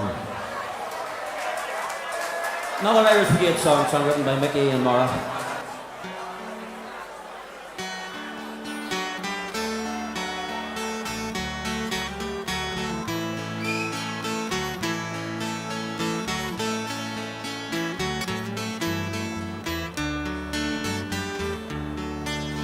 A young man was shot on the Falls Road today. The bulletin came through to hide the truth away. 4 different stories to cover the lie. A cold-blooded murder caused Pierce Jordan to die. The foil a cara just for a while. Will not have the crack, your jokes and your smile, but in years to come, your memories still true. A brave son of Ireland, we will not forget you.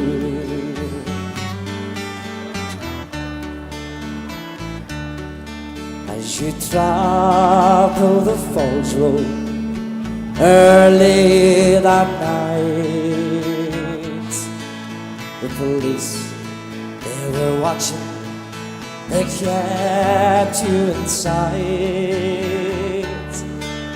They're armed and guarded from every side.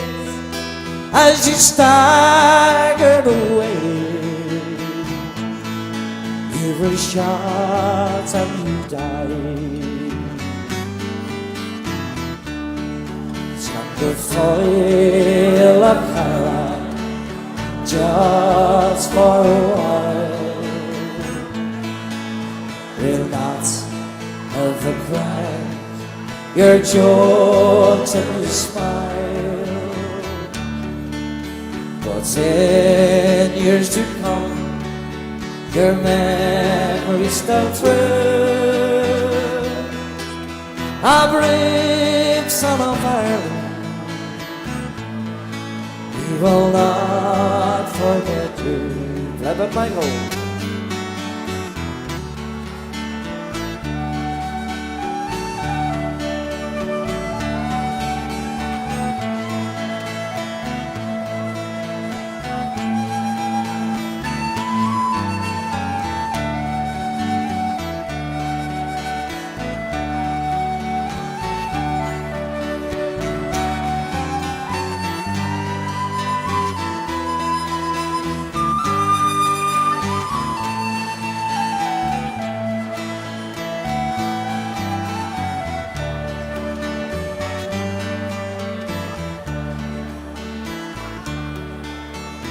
Killer that night, you did not even see. Shot in the back, but they are, you see. They won't be punished no justice they'll meet. For shoot to Pierce Jordan, unarmed in the street. Slumber foil a cara just for a while. We'll not have the crack, your jokes and your smile. Thus in years to come, your memories still true of red son of Ireland. We will not forget you.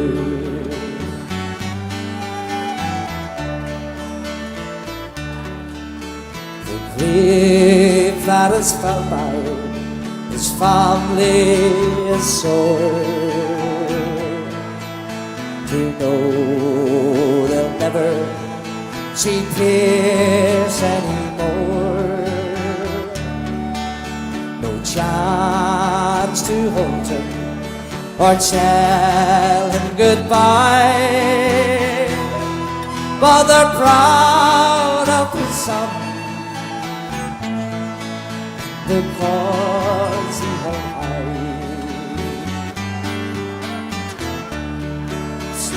Foil a cara just for a while. We'll not ever crack your jokes and your smile. 'Cause in years to come, your memories still true. Goodbye.